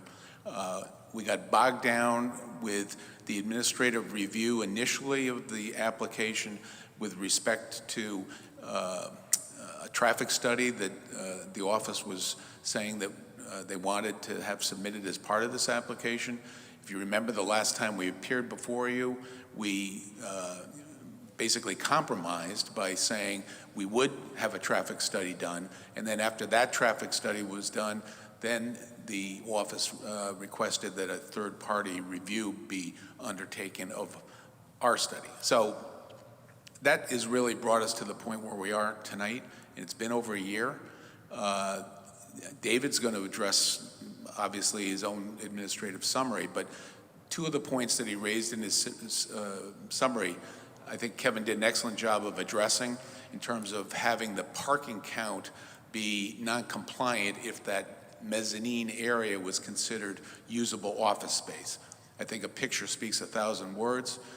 That mezzanine was utilized to put the HVAC ductwork in an area off the floor. This building does not have a basement, and with the site improvements that were done outside, it wasn't feasible to have the HVAC work put outside.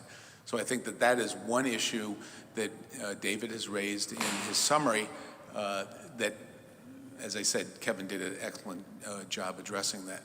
The second issue is the traffic. You have two studies. You have the gentleman here tonight that can answer any questions. But some of the comments that were raised by Mr. Hua's third-party review, we've addressed. There was some shrubbery removed at one of the entrances. If you recall, I appeared before this board last year representing Valley Tool, and there was a lot of discussion about the traffic coming out from Valley Tool, which is located basically across the street from this site. And it was a condition of the board. Mr. Sadi put it into the motion for approval of the Valley Tool project, which is a 107,000 square foot commercial building, industrial building that'll have many employees in it. There was concern about traffic exiting that site and impacting the Plains Road neighborhood. It was made a specific requirement, it was made a specific condition of the approval of that application that the traffic come out from Valley Tool, take a left on Plains Road, go to Shelland, out to Bick Drive. That is an industrial area, and all of the traffic would then be directed through an industrial area, and that is exactly what we've proposed here. So that the only buses that would be going into the Plains Road area would be buses that would be serving students living in that area. And As I had brought to your attention, and we had, again, a lot of discussion about it that night on the Valley Tool application, it is a city ordinance. There's signage on Plains Road stating that there's no commercial vehicles that are supposed to travel through that neighborhood. And these bus drivers are professionals. They're going to be instructed exactly what to do, as were the employees at Valley Tool, and it was made a condition of that approval. It can clearly be made a condition of this approval if that's a concern. So those are the two things that I wanted to bring to your attention. You know, Kevin's client is a major vendor for the city of Milford. It's the company that supplies the school transportation to our students. And they've had sort of a rogue existence over the past 10 years or so, moving from the Milford Inn site to the Connecticut Limousine site on Old Gate Lane, and then over to a short-term rental arrangement with the Connecticut Post Mall. This will provide a permanent home for Durham to have their buses stored, and it's in an industrial zone. It's appropriate on this site. So I had asked that you take those comments into consideration. Thanks. Thank you. I have a question, probably directed to the bus operator. Are these buses equipped with a GPS that tracks where the buses are? Number one, because it makes sense to do that, and also because you can have a review of where the bus was throughout the day, and you could verify that the bus drivers didn't try to make up a couple minutes and go away that is against their standard operating procedures. And that could, if there was an agreement with the operator to do a review daily or whatever, weekly, whatever is appropriate, to ensure that if people are not going the way that is prescribed in the motion, that there are consequences. Mr. Quish, I don't know that Mr. Martino is here this evening. I believe that the buses have GPS tracking systems. I don't know that for a fact, so I can't affirmatively answer that question, but I will say that the bus company would entirely be willing to monitor that, the route that they're supposed to take. It's been a discussion and an understanding from the very beginning, but I can get back to you with an answer on whether they have the actual ability to monitor it in real time or weekly or however they do that. But I know that they want to comply with this particular provision. Thank you. David, would you care to give the overview?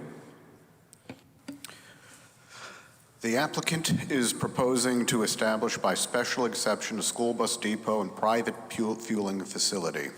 The existing building of 13,600 square feet has 8 bus service bays and 5,044 square feet of offices. The floor plan shows a floor with a staircase going to a second floor of 1,064 square feet. Through a supplemental submission, the second floor is shown as a mechanical use. The total building size with the second floor is 14,664 square feet. The office use would be 6,108 square feet, requiring 25 parking spaces using the gross area formula, which actually is not being used for this application. The 8,556 square foot garage has no standard for parking under section 5.1.4 because the use is not listed, which is a contributing reason for the applicant's request for a special exception. The proposed site plan provides for 77 parking spaces. The applicant's traffic report lists the need of 77 parking spaces, with some of them being in the garage. The floor plan does not show that. The parking need for the office is not calculated based on the building size, but on the reported need by the applicant as described in the Benesh letter dated 6/12/22, page 4, under parking, based on the aggregate of the need of the office workers and drivers.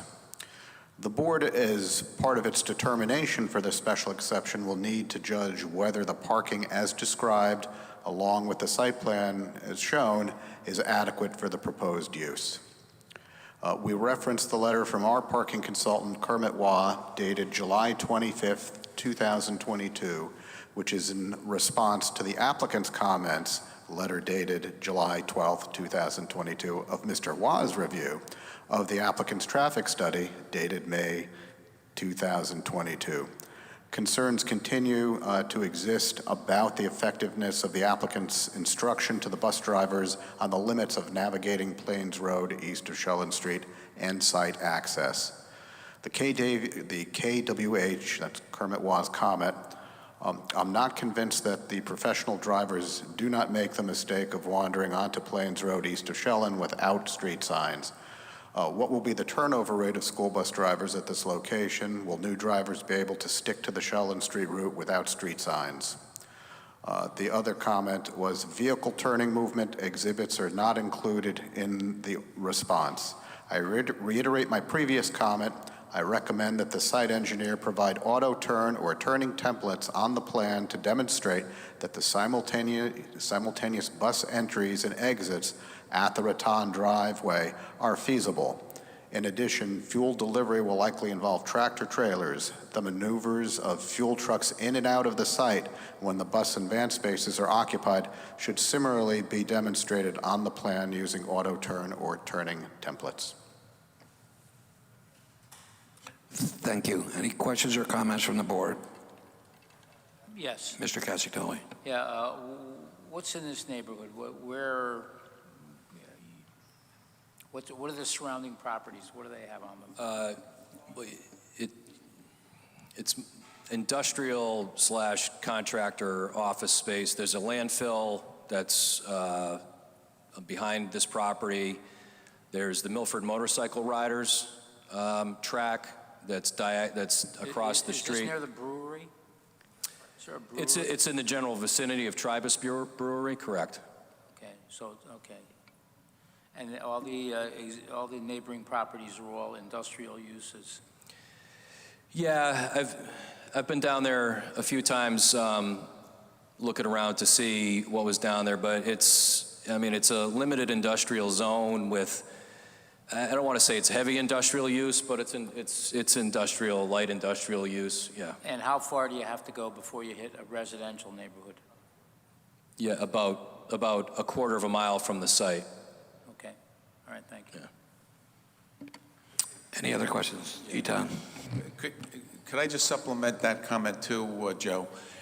That Plains Road has signage that quotes the city ordinance and says that anyone that is driving a commercial vehicle in that area is subject to getting a ticket. And we're talking about professional bus drivers. These people have CDL licenses. And I can tell you right now, they're going to be instructed not to go out on the Plains Road, and they're not going to risk a CDL suspension by violating that ordinance. So I think that that's really something that has to be considered. How do they make fuel deliveries if trucks are not allowed? Because they come in off of Big Drive, Shellen, on the Plains Road. Okay. They come in the back way from the old Frosty Smith's father's farm was, come up Big Drive, and then take a right-hand turn onto Shellen, and then onto Plains Road. Okay, thanks. There's no commercial vehicles that are allowed on Plains Road. It's noted here, there's no street signs. Plains Road east of Shellen Street, is that still true? And if so, why can't we get street signs there? That seems basic.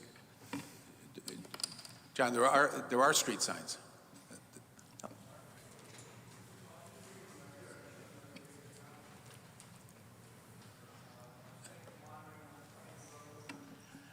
East of Shellen Street without street signs. I understand that was in Mr. Hawaa's report, but with all due respect to Mr. Hawaa, I know the area very well, drive through there all the time, and there are signs on Plains Road before you cross into the industrial area. There's a sign that cites the city ordinance and says no commercial vehicles on Plains Road. Okay.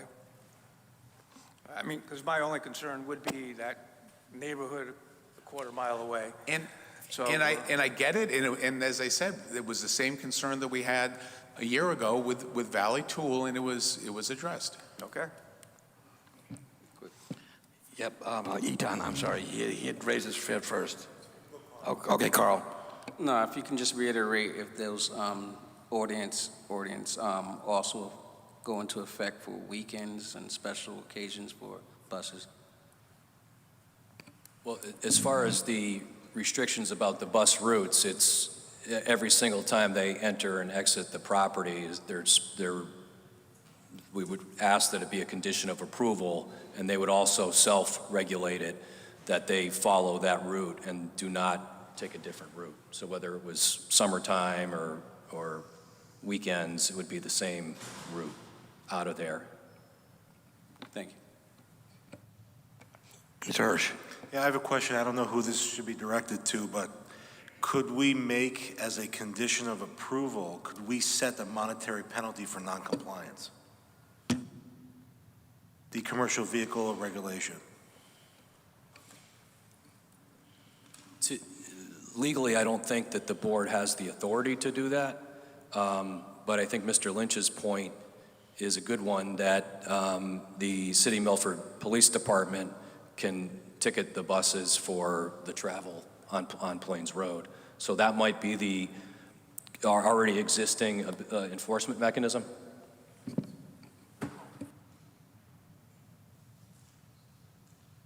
David can jump in here, but if it is made a condition of approval of this application and then it's violated, the city zoning enforcement officer can cite them, and there are statutes that provide for civil penalties for violating either a zoning ordinance or a condition of a zoning approval. If this is off-site, we can't do that. We cannot enforce regulations that are off-site in the public right-of-way. That's not covered by zoning. So if you're talking about a vehicular violation by ordinance here in town, it's the police that have to enforce it. And I agree with you, but what I'm going to Eton's point is, if it's a condition of approval and then it's violated, i.e. the bus is going out the wrong way or not complying with a condition of approval, you can then cite them. You can cite them, and then there's civil penalties for violating the... Exactly, yeah. I'm not saying that you can enforce the ordinance that gives the ticket out. I'm saying that you can enforce the condition of a zoning approval. Well, the ticket is a violation of a general statute, which is under the authority of the local police authority. I'm talking about if we set it as a condition for approval of a special exception, and there's not compliance, does the zoning enforcement officer, or does anybody, first off, do we have the authority to do that, and what's the enforcement mechanism for non-compliance? Gee, that's a good question, because all he can cite them for is your school bus was observed for being on this road that it shouldn't be on. What's the penalty? I mean, if the penalty, there's no penalty.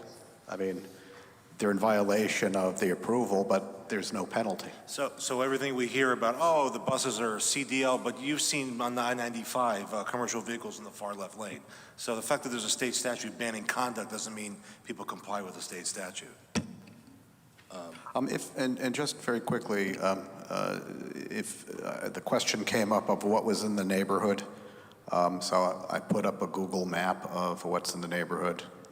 If anyone is interested, I could just quickly point out some landmarks there, and I'm sure you'd see rather quickly where it is.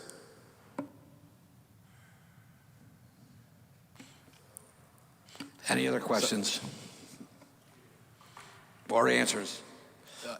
Mr. Chairman?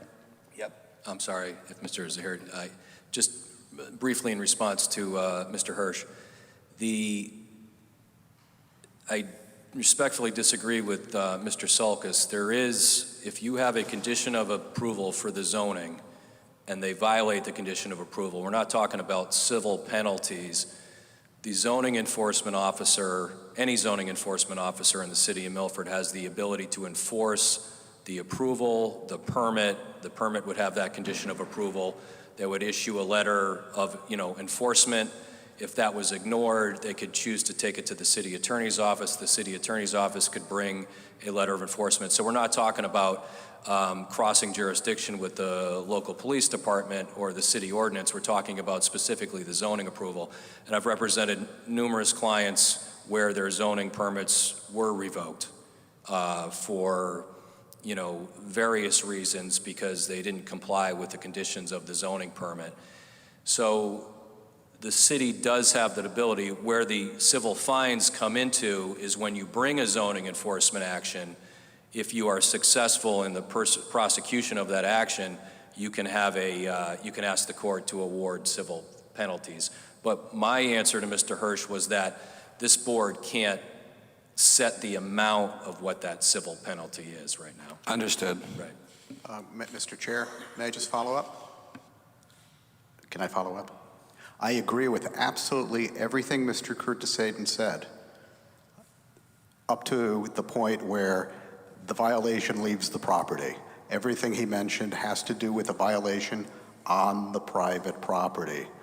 We do not have the ability to go after a motor vehicle off the property. That's all I'm saying. Understood. Agree to disagree. Any other questions or comments from the board? Guys, how many buses are going to be parked there? 77 is the maximum. Some of them are going to be out of service or in maintenance someplace else, or on the road. But the total that are being stored there is up to 77. And how many parking spaces for the drivers? So we have the 77 parking spaces. I can pull up the site plan, but we do have all of the required parking for the drivers themselves. It's the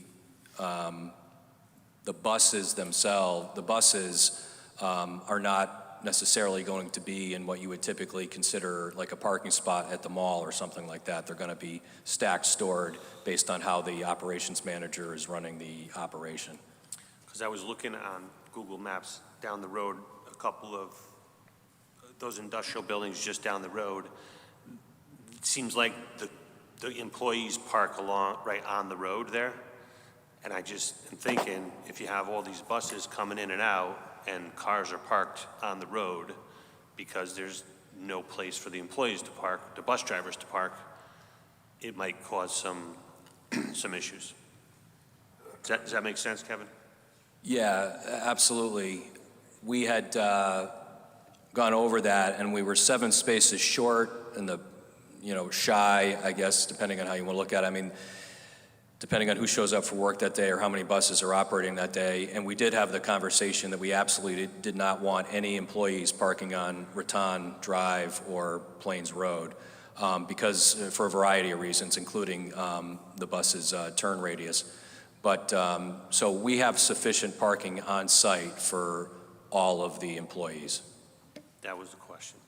So I'm sorry, I'm not clear. So if there's 77 buses, are there 77 drivers, meaning 184 spots plus office personnel? So and I can pull up the site plan, and once again, I apologize for Ron Wassmer not being present.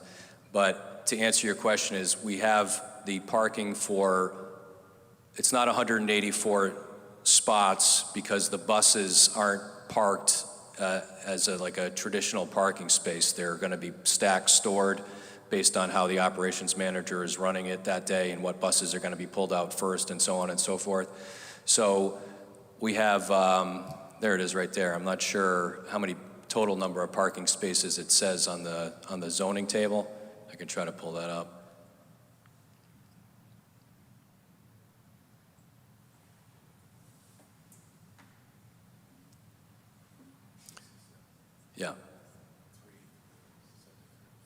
Yeah, so it's 73, and I'm not sure if that's the most recent plan because I believe there's a revised plan that shows 77 spaces.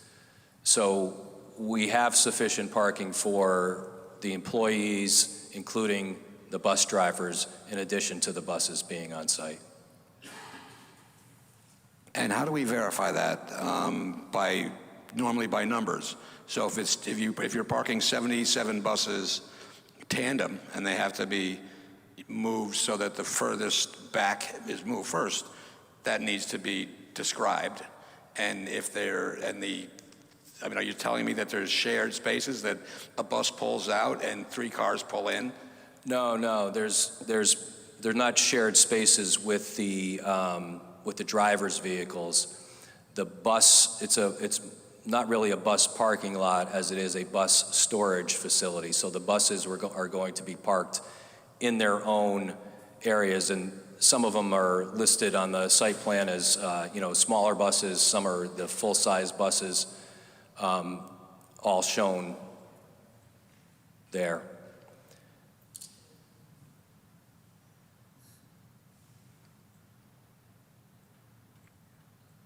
And so how many employee spaces are there total? I'll have to look at the site. I'll have to examine the site plan and get you that answer, Mr. Chairman. Yeah, I know that we've gone over this internally to make sure we have sufficient parking, but we were six or seven spaces short during the last application.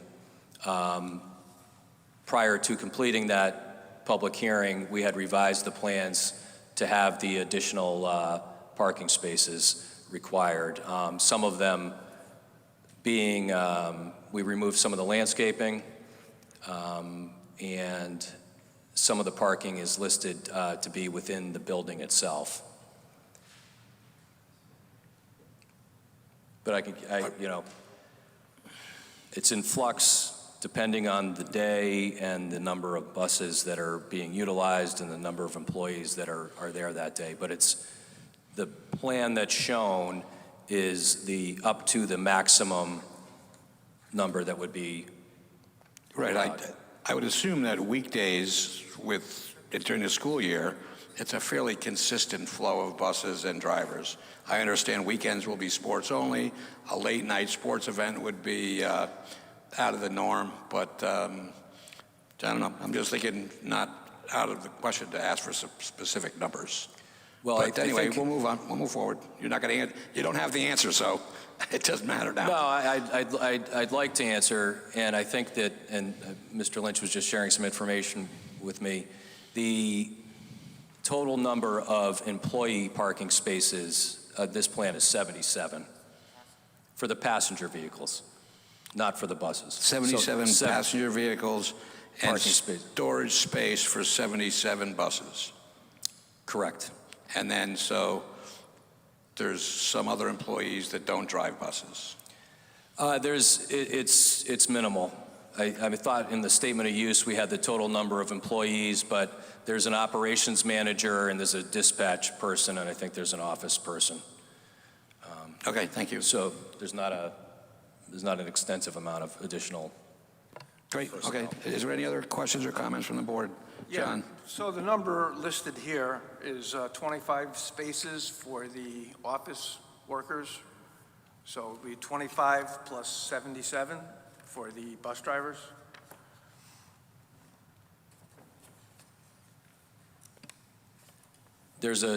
My understanding is there's a total of 77 passenger car spaces on site. Okay. Mr. Chair? Go ahead. I don't think, do you have 77? I'm just looking at the site plan. And my question is, the site plan that we have and that was distributed with, that says 67 on the table, is that just an error on the table? Is there a different site plan? So we all are literally on the same page. This one is dated 7/15/21. So is that the right one? And if it is, then is the zoning table incorrect, or is that actually correct? And just to follow up, if there's parking on the inside, that should be shown. There's nothing shown on the inside of the building. So Last revised plan that I have is from July 27th, 2022, is the last revised site plan that we had submitted probably on that date.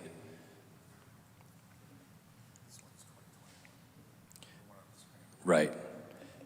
The one on the screen, I think, is the previous one when we were still figuring out the additional spaces required.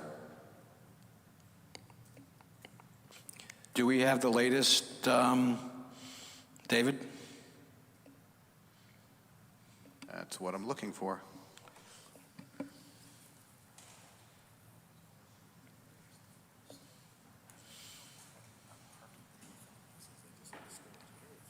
Right.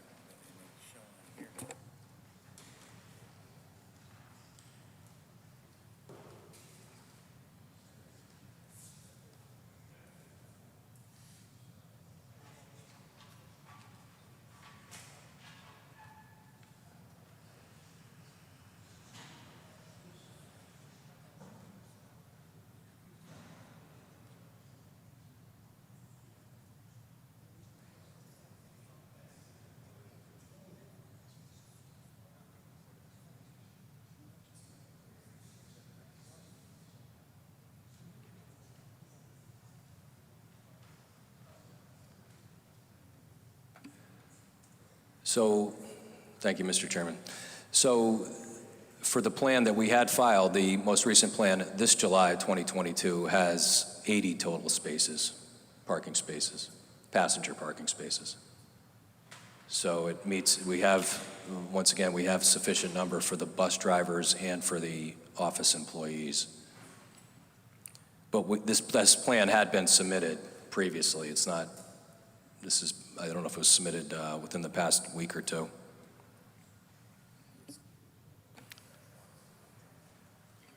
Yeah, it was Okay, submitted within the is there last any week. further questions from the board before we open up the public hearing? Go ahead. Yeah, there was a lot of concern about the traffic in the area. And some of us know people who live on Plains Road or in that general vicinity. But those vehicles that they're complaining about are other commercial vehicles other than buses, which, as common carriers in this state, they have very high duties of care. So I'm less concerned, I would say, personally, of buses than other commercial vehicles. Any response or no? Any other questions?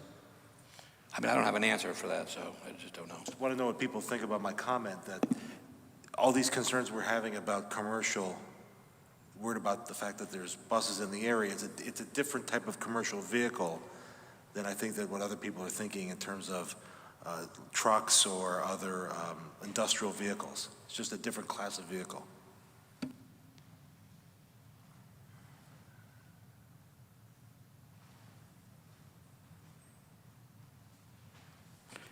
Any other questions before we open up the public hearing?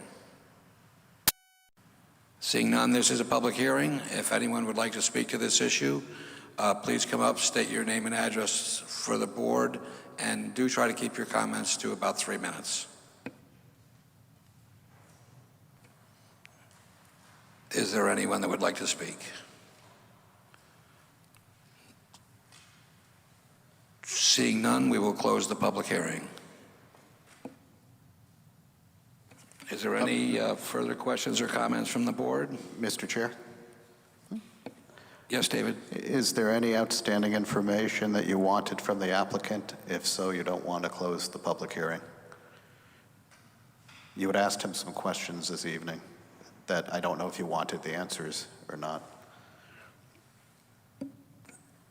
Yeah, that's up to the board. I mean, if they have other questions or things that are unanswered, then they're welcome to ask them now. If they want further information,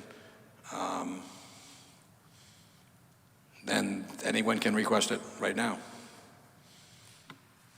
I have one quick question just Yeah, to go confirm. ahead, Carl. Sorry. Just to confirm, those 3 extra parking spaces, there are only 3 employees working on site? I can ask the question. Oh, did you reopen the public hearing? I closed the public comment, not the public hearing. There's no difference. Sorry, my misunderstanding. No, stand corrected.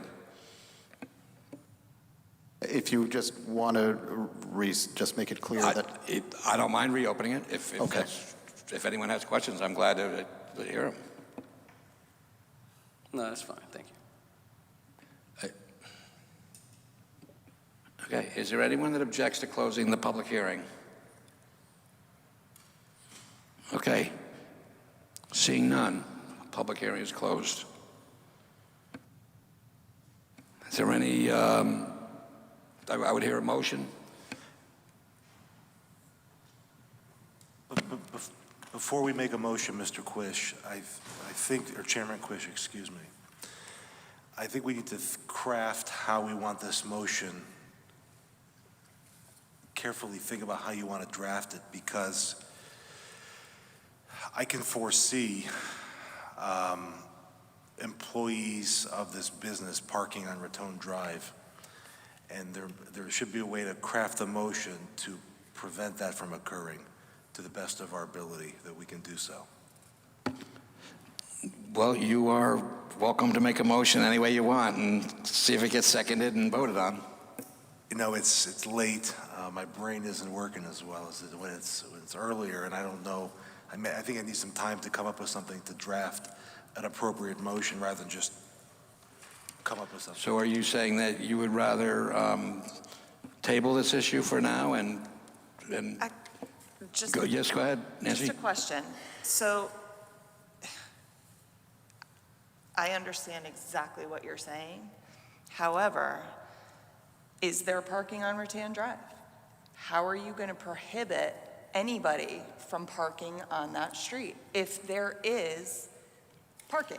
Good point. You cannot say unless it is posted, no parking on this side of the street, no parking unless, just air quotes, but a city resident, you cannot prohibit a person from parking on a street, whether they're an employee, myself, anybody else of the general public.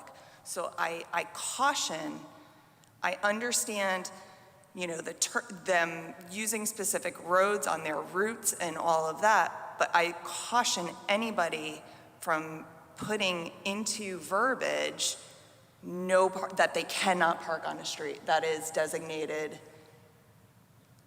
as parking. Mr. Chairman, Good point point. of order. Go ahead, I think Dave made it clear to us that we cannot regulate anything that is off the property. All we can do is regulate what happens on the property. Correct, Dave? That is correct. Right. We can't regulate where people are, if they're parking off the property, if they're parking on Raton, parking on Plant. We can't regulate that. That's up to the police department to regulate. All we can regulate is what's happening on that property. Understood. Just as a perfect example of that, this is common. We'll get a complaint about a junked car on a property. We can do something about the junk car on the property, but the second that junk car is moved out onto the street, it's out of our hands. At that point, it's a police matter. Thank you. I would hear a motion, or any motion at all. Mr. Chairman, I'll move to approve as presented the petition of Kevin Crusaden Esquire for a special exception with site plan and coastal area management review for a school bus storage, maintenance, and dispatch facility with outdoor fueling station on map 062, block 92928, parcel 4B, of which 615 Plains Road LLC is the owner. We have a motion. Do we have a second? Second. John Mortimer, second. Is there any discussion on the motion? I just asked about if we're going to add in the condition of them, making the route, because that was something that was discussed onto. Go ahead, Edon. Now I'm confused. If we said we can't control what happens off the property, how can we control the route? Because it is a designated route for commercial vehicles to not go down Plains Road. But I thought we just had a discussion 30 seconds ago that we can't control what happens off the property. Now you're saying we can control what happens off the property?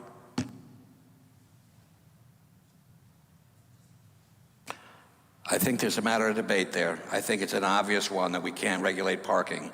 I think it's a matter of difference of opinion, whether, as in the past, we did as a condition of approval at the tool company, that we had some traffic patterns built in as a condition of the acceptance of the approval. So, and we can do that as the if they wanted to, if Joe, you wanted to add that to your motion, that we use the language that they have proposed, the applicant proposed, to put those restrictions. Bick Drive, not Plains Road, for the buses going in. I will add that to my motion. So, and John, the second? Yeah, I second. So then we have the original motion and then the language that the applicant offered for the route for the buses. Can you cobble that together? I recognize that the hearing is closed, but my understanding was it was Plains to Shellen to Bick, is that correct? And then the reverse on the way back in? Exactly right. Okay. So that's the motion. That is the second. Is there any further discussion on the motion? Go ahead. again, if we're passing the motion with this condition of the traffic pattern from Shelland, however that we want to classify it, and that's due to the fact that it's subject to a traffic study, how is parking then not also subject to any type of a traffic pattern or traffic study? I didn't understand what you said. I'm sorry. Would you say it again? Yeah. So my question is this. Part of the issue is where these buses are going to drive down which streets. So you have Plains Road, Shelland, and one of the other roads. And there was a discussion from council that one of the conditions to be made pursuant to the traffic study is to regulate how they can go down these roads. So if we can regulate how the buses are used in terms of pursuant to a traffic study, why can't we also, as part of a traffic study and with the usage, control where the parking is with relation to the property? Yeah, the parking is on the site has been described pictorially on the drawings, but that wasn't the motion. If you want to vote against the motion and make your own motion, then that'll be fine. But at this point, we have a motion, we have a second, and we're going to discuss it as long as anybody wants to talk about it. But other than making another motion, voting against it and making another motion, I don't think I want to try to get another bite at the apple. So if there's no more further discussion, I would ask that you call the roll. Ms. Austin, With the motion. Mr. Castagnoli, Mr. Hirsch, Against the motion. Mr. Cater, With the motion. Mr. Collegian, With the motion. Mr. Moore, With the motion. Mr. Mortimer, With the motion. Mr. Zaharidis, With the motion. and Chairman Quish. I'm also with the motion. Thank you.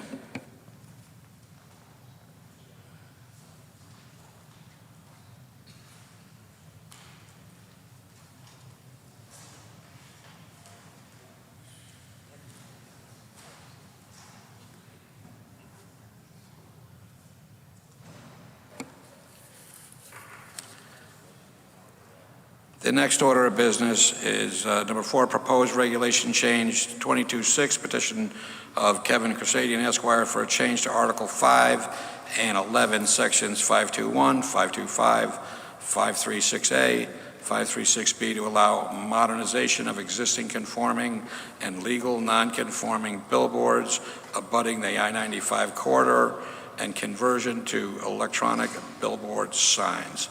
The applicant has the floor. Mr. Quish, before he starts, may you note that I returned to the meeting? Thank you. Yep.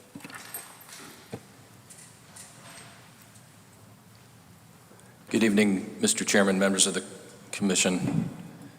My name is Kevin Crusading. My office is at 3 Lafayette Street. I'm representing the applicant Dominic DiMartino, who is here 2 spaces to the left of me, and also with us tonight as a industry expert is Mr. Dave Gannon. This application, as the board knows, many members of this board were here when we've come before the board on 2 previous occasions. The last one was 2 years ago with the same zone text amendment request. A lot of the information I had asked and I had sent to Mr. Sulkus, hopefully members on the board who were not here for those previous meetings were able to take the time and look at the MGAT YouTube presentations. We had a lighting consultant. There was a lot of testimony. There was a lot of evidence presented by citizens of Milford. There was a lot of questions. We're going to keep this application presentation relatively brief this evening compared to the previous presentations that we've done. When I first got involved in this about 3 or 4 years ago, it had already not come in front of the Planning and Zoning Board, but had started to come in front of the Planning and Zoning Board, and had stopped and started. And I'm just giving you this little brief background history to kind of set the table of where we're at for tonight. And the reason I'm saying that is that it had already taken on a life of an entirely new regulation before I became involved in the process. The intent of this regulation, the end impact of this regulation is basically to convert 6 locations of billboards that presently exist on I-95 here in Milford. Some of the sites are legal conforming, some of them are pre-existing, legal non-conforming. But that is the extent of what this language does, and that's the extent of what the intent is. So there is not any possibility of proliferation of additional billboards or of additional digital billboards. This is just to convert the existing billboards, and I would have preferred that there was a regulation or decision by this board that just simply stated that. However, in conversations with DPLU, Mr. Sulkus, and basically picking up where it had left off, there's a lot of proposed, there's some proposed definitions, there's proposed alternative measurements, which came about as a result of conversations with staff. For example, if you, for whatever reason, because of property conditions or ownership, you can't get within that, you can't measure the luminance from, or the candle wattage from, 250 feet. What's the alternative way to do that measurement? And so that's included in the regulations as well. But that's just a little bit of a background, but I wanted to be clear on what the intent is. And this is also only for this only impacts these billboards that comply with the proximity to Interstate 95, existing billboards. So just because it says LI zone or CDD1 zone does not in any way, shape, or form open the door for additional digital billboards based on this passage of this regulation. If somebody sometime in the future wanted to come in for something like that, which, to be very clear, my client does not and will not be doing. He has billboards on the highway in different parts of the state of Connecticut. That's one of his businesses. But it's not intended to impact the rest of the city of Milford. So these are the sites, existing billboard locations that we're discussing. I have the property owners, the locations, the zone that they're in, adjacent zones within 200 feet, so you get a sense of what other potential uses that these may be impacting. The billboard size, the 14 feet by 48 feet, is the existing size, and that's an industry standard. When it says double face or single face, the double face is has got 2 sides to it, obviously. And then we have one single face, which is located in the CDD1 zone. We have the direction where they're facing. You're probably familiar with some of these. Those are the closest I-95 exits to those proposed locations. And then this is an aerial view showing the different parcels. We have Rowe Avenue, which is on its way. You're on your way to Stratford at that point, or crossing the Housatonic. We have the Research Drive and Banner Drive. My client, one of his entities owns 45 Banner Drive. We have the Research Drive properties that have several different billboards on them. And then, once again, it's just more highlighting what the current site is. 45 Banner Drive also has a commercial business, as do most of these other sites. They are, billboards that have existed for a number of years, and probably came about as a result of the commercial business that was on the site at that point in time. And now they all still exist, they coexist with the uses on those sites. This is the 45 Banner Drive view. Rowe Avenue, once again, heading towards Stratford. Research Drive, there's just different locations for them. So I would like to point out that there's a federal traffic study from 2012-2013 that was the subject of much debate at the previous public hearings. There has not been an updated federal traffic study by commissioned by the federal government. We had a traffic engineer who was a nationwide expert who prepared a letter for us at the last application. We've submitted all of that information into the file again. The traffic engineer's letter, his name was Mike Tantella Associates. He's out of Philadelphia, Pennsylvania. Prior to writing this letter, he actually came to Milford, looked at these sites to confirm. I think he had a part in the federal traffic study that took place, or at least was obviously very familiar with it. In his professional opinion, Mr. Tantella said that it's his professional opinion, within a reasonable degree of engineering certainty, based on the design, location, configuration, size, height, and lighting, that the proposed digital sign conversions will not present a physical or visual obstruction to vehicles traveling on 95. They will not detract or interfere with the effectiveness of official traffic control devices. They're appropriate based on industry standards, traffic safety, visibility, and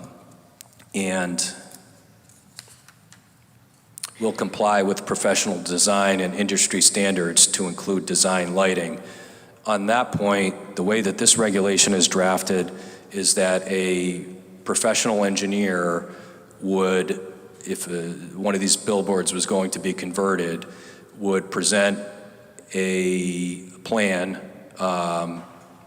certifying that it complies with all of the proposed regulations, and that would be submitted to the zoning enforcement officer, Stephen Harris, most likely, to confirm that all of whatever the regulations are, all have been met, and that it would be a permit that would be given if the conditions were met at that time over the counter.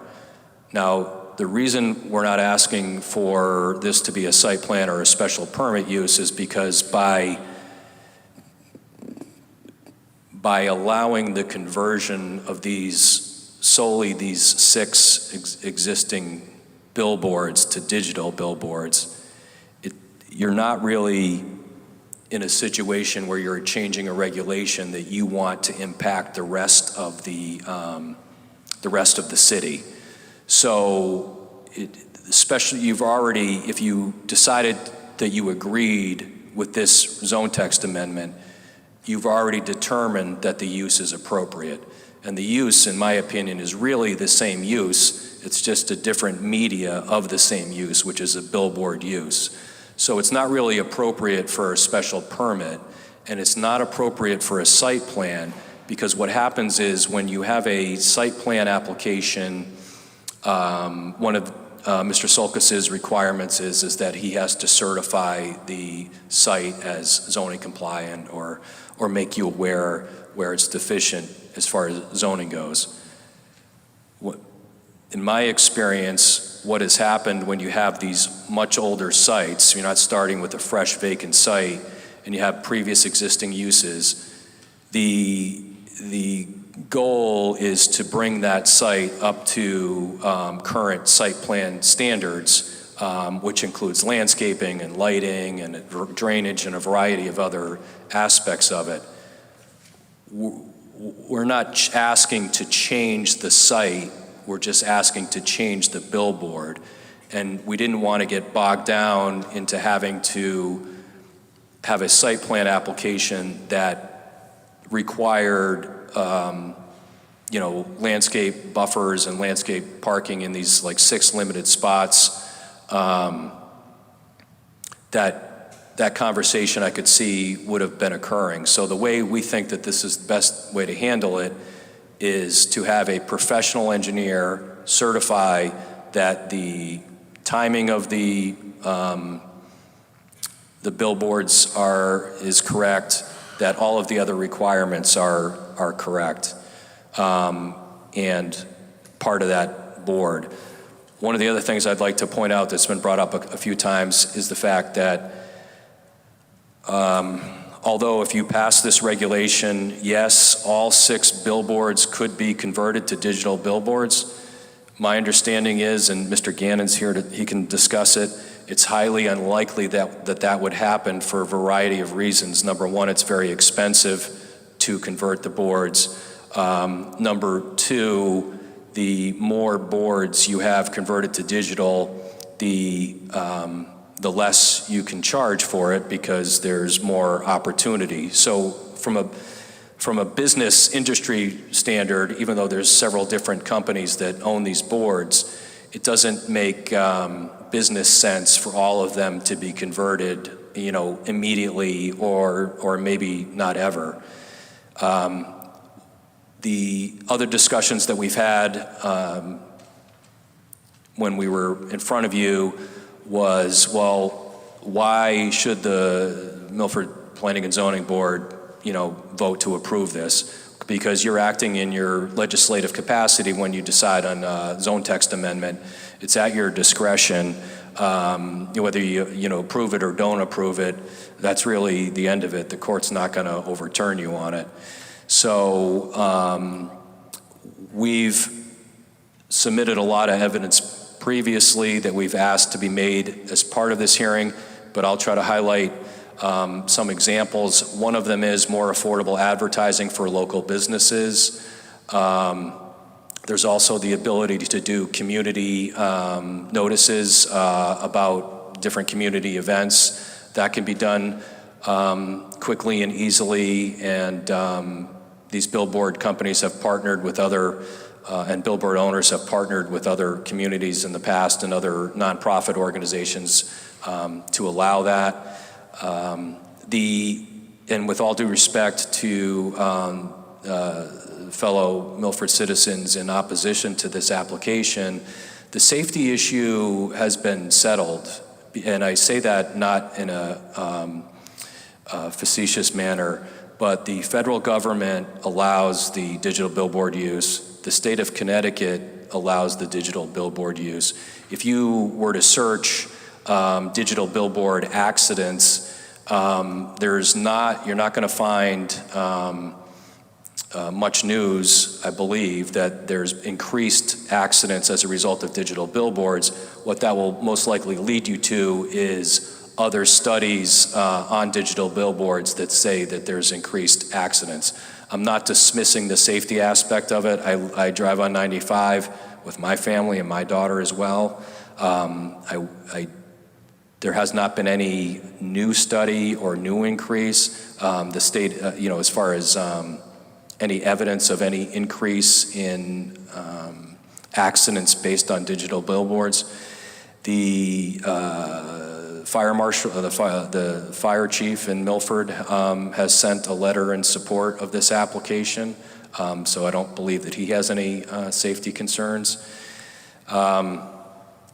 So it's also to place the existing property owners in the city of Milford on par with other towns that currently allow billboards. It's been an additional 2 years since we were here last time. I think many of us are really familiar with what the digital billboards look like and how they impact us or how they impact traffic on I-95. And so that we ask that you, consider our application. I wanted to ask Mr. Gannon if he had any additional comments.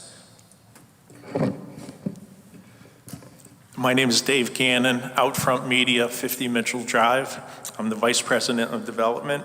I was telling Kevin, I've been in the billboard business since 1989 and have worked with D'Amato Brothers since 1992, managing their billboards. In 1989, there were 12 billboard faces in Milford, Connecticut on the highways. D'Amato Brothers had 4, Connecticut Limousine at the back of Old Gate Lane had 2. There were 2 on a hill that Mr. Barrett owned and another gentleman named Hardiman owned. I believe they were over the old Howard Johnsons. There were 2 on the railroad and that Barrett still owns, the McDonald's signs that I think everyone sees coming back from Stratford. There's another one that Gannett Outdoor had owned prior to that one when you come over the bridge. And there was one on the Merritt Parkway right before you get into Milford where that big housing development is. That billboard has come down. Today there are 12 billboard faces in Milford 33 years later. So there would never be a proliferation of billboards in Milford. Your regulations state 1,500-foot spacing, 50-foot setbacks, height limits. So anybody that would want to come to erect a new billboard in Milford, if you can find a spot, which I don't think you can, you would have to come and ask for relief from the zoning board. So if there's any questions that you have regarding the billboards, whether it's safety, lighting, I'll be more than happy to answer them through the hearing. Thank you.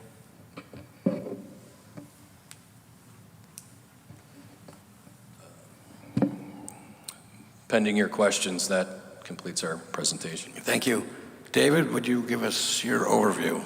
Well, two things, just housekeeping. I forgot to read to you the letters of opposition that we received, which you do have links to through your agenda.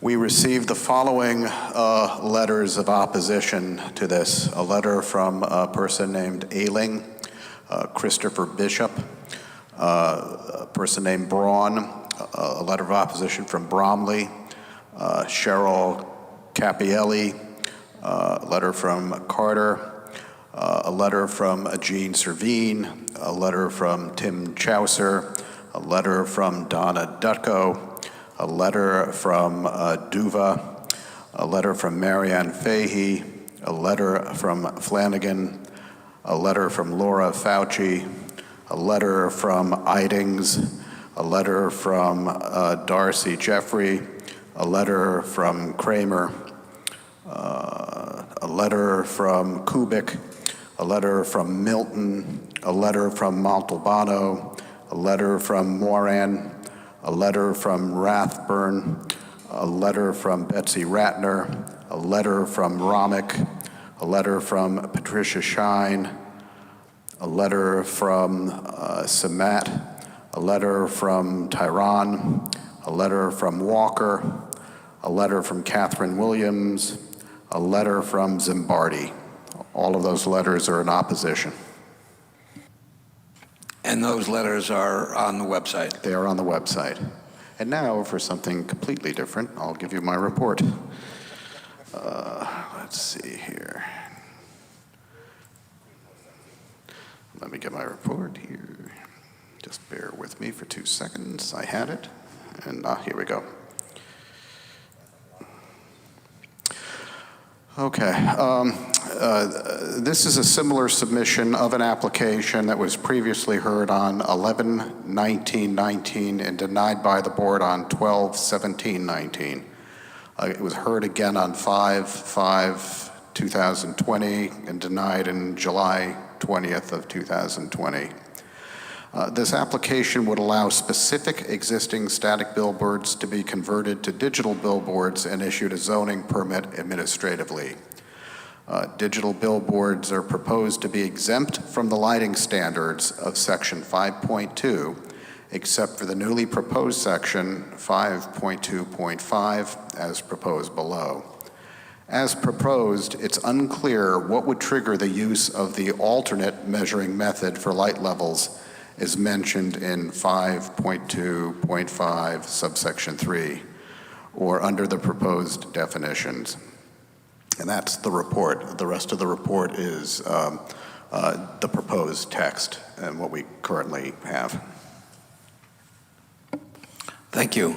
Are there any questions or comments from the board? Mr. Chairman, Casagrande. Dave, do you agree with how he's trying to go about this through a regulation change and not a site plan review, or how he formally went about this? There's really no right answer. If you do a site plan review, there's more standards. It wouldn't be an over-the-counter permit, so you'd have, you guys would have to, and gals would have to review it if it's a site plan review or if it's a special permit. There's only 6 properties, so would it be onerous to do that? That's up to you to decide. Right. Well, there are only 6 properties now, but if we approve this, other people could come in and also, abide by the setbacks and all the other requirements, and they could throw up electronic billboards too. That's a possibility. It's a possibility. If we approve it for you, Mr. Crusaden, we'd have to approve it for other people too. You're telling me that we'll just approve it for you and that's it, and then it gets shut down? Well, no, but the reason it can't happen is because the way this regulation is designed applies to these 6 sites only, number 1. So it cannot apply to any other properties in any other zones on I-95. So that cannot happen based on this regulation. Well, they could propose a regulation change where they do apply it to other properties, can't they? That's a separate question. That's a separate regulation I know that's change. a separate question, but it'd be very hard to deny. If we allow you to do digital billboards, then we'd be hard pressed to deny someone else. But there's a second piece to that. The second piece to that is the allowed locations of billboards on I-95 by the federal government and state of Connecticut. And what Mr. Gannon was alluding to when he said you can't fit any more in here, the reason there was 12 in 1989 and there's only 12 now is because there's federal and state regulations that don't allow them. So it's basically a 2-tiered regulation effect where from the federal and state regulations, aside from the fact of whether they're digital or static billboards or whatever, you can't fit any more on I-95 in Milford, period. Mr. K, you're saying that none will be allowed, or in reality, is it just being made more difficult? I think one thing I can clarify is that what they're proposing are billboards that have a specific thing where they're on I-95. If it's not on I-95, this regulation change wouldn't affect them. Your point is, I guess, well taken. If somebody came in for another location that exists, they could make a case that they should get it. I think what we're seeing is that from the other times it was here that discussed is that they're specific to I-95 for a reason. There's not light pollution into somebody's backyard. There's all these things that make these 6 specific to facing I-95 that kind of precludes being problematic to neighbors. So that's why they're doing it. Why couldn't I put another electronic billboard up at a new location on 95? If I'm a property owner that abuts 95. It might be difficult, but they can answer that. Yeah. I don't know. Mr. Casagnoli, I can answer that question. Or Mr. Gannon maybe wants to answer it for you as an expert in the industry. there are no available further locations on I-95 based on federal government regulations and the 1,500-foot minimum distance between billboards. So it's not, oh, it might be possible. You have a federal regulation with a minimum distance, you have a state regulation with a minimum distance. The reason there haven't been additional billboards since 1989 is because of the federal and state rules. Doesn't have anything to do with the zoning board or the, whether Mr. it's Chair. digital or not digital. Mr. Chair. Mr. Chair. Yeah, go ahead, David. I'm sorry, you finished? Are you finished? I didn't mean to interrupt you. Are you finished? No. That's not correct. What is preventing more billboards from going anywhere in town is a local zoning regulation. The federal government and state have nothing to do with placement of these signs on private property. If these signs were located on federal or state land, yeah, then as the property owners, they would have a say. But what's preventing more billboards is a regulation that this Planning and Zoning Board enacted, which created a 1,500-foot difference. You cannot place a billboard within 1,500 feet of another one. So practically speaking, Mr. Crusaden is correct. There's probably not a spot where you can add an additional billboard, but you could change the regulations and decrease the distance, then you'd have plenty of opportunity to add more billboards. Well, yeah, but we seem to have some up here, okay, near the truck stop, okay, up there, maybe in Devon. What about the big space in between? If a property owner, a budding property owner at 95 wanted to throw up a billboard, why couldn't they? They're pre-existing non-conforming. They're pre-existing non-conforming. So you had a lot of billboards that were put up before the regulation to keep them 1,500 feet apart was enacted. So that's what part of the proposal is. It doesn't matter if they're conforming or non-conforming. If they meet the criteria as described by the applicant, you can convert the billboard. But what's keeping more billboards from happening in Milford is your 1,500-foot rule. If that rule changes, then you could have more billboards. Or if someone, wants to propose changing that rule, you can have more billboards. But Dave, I don't understand something. 1,500 feet, when you're looking at the entire stretch of 95 in Milford, is not much. It's 1,500 feet from billboard to billboard. From billboard to To billboard? billboard.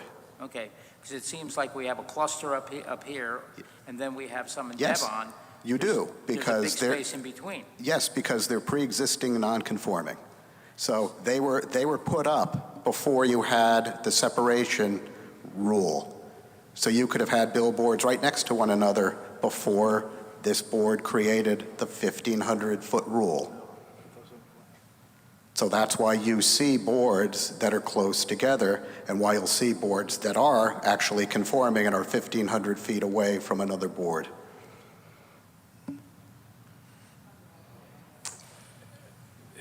If I may, can I add to that? A lot of the land that you're talking about, so you have a cluster by the truck stop on Research Drive, and then you have another cluster in Devon, right? You have a lot of residential land in between there. The federal government does not allow billboards on residential lands. I've been, like I said, I've been doing this for 33 years. I don't know of a spot in Milford that I would put a billboard because of your regulations, because of the state regulations, and because of the federal regulations. If I wanted to come back to the Zoning Board of Appeals and ask for relief from your setback requirements, from your distance requirements, I could do that. I don't think I'd be successful because I have to prove a hardship, and I don't know what a hardship would be for that. So you're really limited to billboard construction in Milford, period. I just have one other thing, Mr. Castagnoli. So based on the regulation as proposed, our very first item under 5.3.6A, it says electronic digital billboards shall be limited to the conversion from conforming and legal non-conforming commercial advertising signs, which are the existing billboards, existing as of the effective date of this regulation, be allowed to be converted to an electronic digital billboard sign, provided that there is no increase in the nonconformity, including but not limited to height, distance, size, and location requirements. So that specific paragraph was designed to keep the billboards, any legal non-conforming billboards, and Mr. Sulkus had said, exactly the same size, exactly the same height. It can't be lowered or, elevated and in exactly the same location. So somebody can't come in under this regulation with a new billboard. To answer your question, someone could always come in, and the board's free to decide what to do with a new proposed regulation. But this was, and this goes back to my initial comments, where we wanted to be able to convert have the ability to convert just the existing billboards without increasing their size, height, location, or anything like that. And then there's further limiting factors as you walk down the regulations. There's be erected as a ground side located on real property, and then we list the zones, which abuts the non-access highway line of the I-95 road system, or an access ramp or right-of-way. And it has to be within, I think we have a footage requirement, it's got to be within 200 feet from the I-95 corridor. So we really designed this with discussions with Mr. Sulkus and Mr. Griffith. There were several discussions and back and forth about how do we ensure that this is very limited for this circumstance. And then we also added, like I said, the definitional sections. So I'm not being flippant about when I shake my head and say, no one's going to be able to come in and do that. Under what we're proposing and under the current regs, nobody's going to be able to erect any billboard or digital billboard or otherwise, or in any other location. Somebody can always come in and ask for some additional change. Realize that, but if we've already approved this, then it'll make it much easier for them. Well, that also goes back, when you're acting in this capacity, it's in your legislative capacity, and you have 100% discretion one way or the other. So just because, you've approved it for the 6 existing, that's a clear distinction right there. If somebody came in, you could say, whatever your other issues might be, but with the application. But the clear distincting factor is that it just converted 6 additional billboards. It didn't allow any other billboards. And I've been on both sides, whether opposition to something or representing an applicant. And usually the boards make their decisions not based on what they've done in the past. They make their decisions based on what is presented to them at that time. But the board would have zero legal or moral or ethical obligation to approve any other regulation, just like it doesn't have any obligation I realize to. that, but it would be difficult to deny somebody, okay, if somebody already had this, if we approve this, okay? And also on safety, we were supplied with 22 studies. I don't believe any of them were positive, okay? The one that was quoted was, I think, basically neutral on the safety. Okay, there were some that were negative and there were some that were neutral, but I don't think there was one that was absolutely positive on the safety of these electronic billboards. I'm not sure what studies you're referring to, but I'll let Mr. Gannon answer that. Well, I would just like to state a couple things. There are 46 states that allow billboards, 46 states, and of those 46, all of them allow digital billboards. The FHA commissioned a study and enforce billboard safety for digital signs. Our neighbor Massachusetts is the most recent study. They had a pilot program, different situations for different billboards at intersections, on ramps, off ramps, and they came to the same conclusion. They now allow digital billboards. There are 10,600 digital billboards in the United States. If there was a problem with safety, we would all know about it. There is no problem with safety. The other studies that were done were in New Mexico, Minnesota, Pennsylvania, Ohio, and as I mentioned, Massachusetts, finding no relationship between digital billboards and traffic accidents. Right, they were neutral. Basically, a lot of them were neutral. And this is Milford. There are people around us who do allow them, but this is Milford we're talking about, okay? I don't care what happens in Oklahoma, Montana, or wherever. This is Milford, Connecticut. Thank you. Carl? Just one quick question. In your presentation, you mentioned that there were 6 billboards you're looking to create digital signs for, but you said all of them might not be plausible at this time. Is it possible if we have a motion today and say you only can erect maybe 2 to 3 of those, is that something you're be subject to?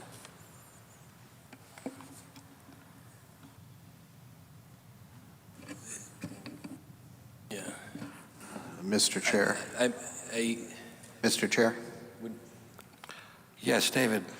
They would need a different regulation because the regulation as it's submitted would have to be uniform in its application to properties. So anything that meets the regulation is entitled to take advantage of the regulation. There can't be a motion that says, oh, you got this regulation, but give us 3, and those only 3 can be converted. You can't do that. They would need to submit a different regulation to tailor it to a different number if that's what the board is looking for. So what you're saying is there would have to be different language in the in a regulation. Yes. Text change that would limit it to just 4 by adding language that eliminated the 2 of them. By law, the zoning regulations have to be uniform and be applied uniformly. So if you're entitled to do something under a regulation, you're entitled to do it. And if you want to limit something that a regulation says, then you need a different regulation, but you can't do it through a condition of approval. Understood. Thank you. Etan? I think you did a nice job crafting this regulation, Attorney Cresadian. As I understand it, just so we're all clear, this legislation, this regulation was crafted in such a manner to apply to 6 and only 6 billboards currently existing on I-95. That's correct. Okay. And in terms of Mr. Castagnoli's position, which is once you create this regulation, does that then open the door to future applicants, businesses, commercial entities, whatever, to seek to convert every billboard within the environs of the city of Milford to a digital billboard?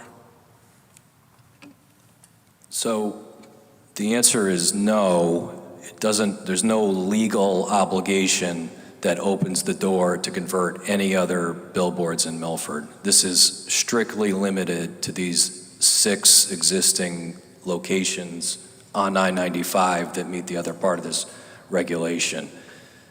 There's no other aspect to it. Someone else would have to come in with a different application, and the board would decide based on the merits of that application what they would want to do with that application. But then, hypothetically, how would I respond to somebody who comes in the future, a year or 2 or 3 years from now, and says, you pass this regulation for only 6 billboards on I-95, which is a federal highway. Why aren't you allowing me to have my 7 billboards near the truck stop, or my 3 billboards by the Bridgeport Flyer? Aren't we opening the door by permitting this to every billboard in this city being a digital billboard? No, and I can see that it appears that the opposition to the billboard theme has, worked its way into the line of questioning. This has nothing to do with any other billboards on site.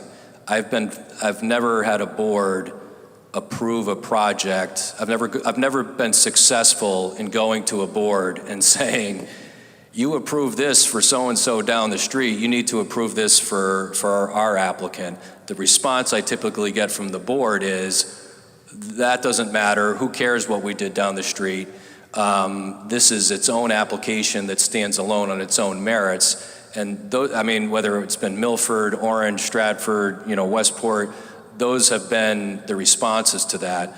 So I'm kind of surprised by I guess, the theory that by approving this one regulation, converting 6 additional billboards, that somehow you're going to have to approve every digital billboard that comes into place.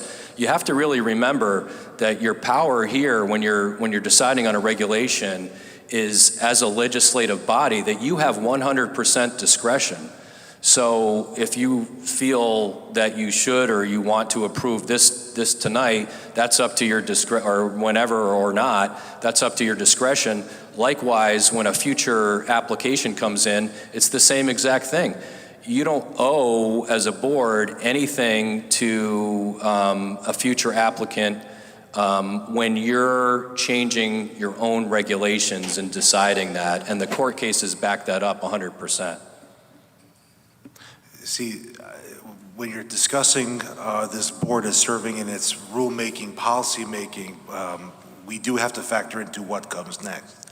It's not like a zoning board of appeals where we can decide a variance on a case by case. Here, we're acting in our legislative capacity, so we do have to factor in public policy. Thank you. Are there any other questions before we open this up to the public? Jimmy. A few things, but getting back to that, I do think 3 years down the road, if we're all off the board, somebody else comes along, and they've been living with these 2, 3, or 6 digital billboards, to them it may not be a big deal to add 3 more. So us maybe being here, we may reject it, but I do think it opens the door to future. And in not only at 95, it could go to other places as well. But I also want to bring up the safety issue. I know the first time I saw a digital billboard, and I think I'm a normal guy. I was driving, coming from Bridgeport, and I saw something about music. And I turned and I looked longer than I should have. Now, there's a Swedish study that's come out and said that people are spending more than 2 seconds looking at these billboards, and a 2006 Virginia Tech study also says anything over 2 seconds you're looking at it is dangerous. And that's a well-regarded study. Sweden, they authorized having billboards, and when the report came out, they pulled them out. So to say this is safe, I'm not sure where this is coming from. Connecticut is different. I myself, I turned and looked, and I know other people have as well, and it's going to happen.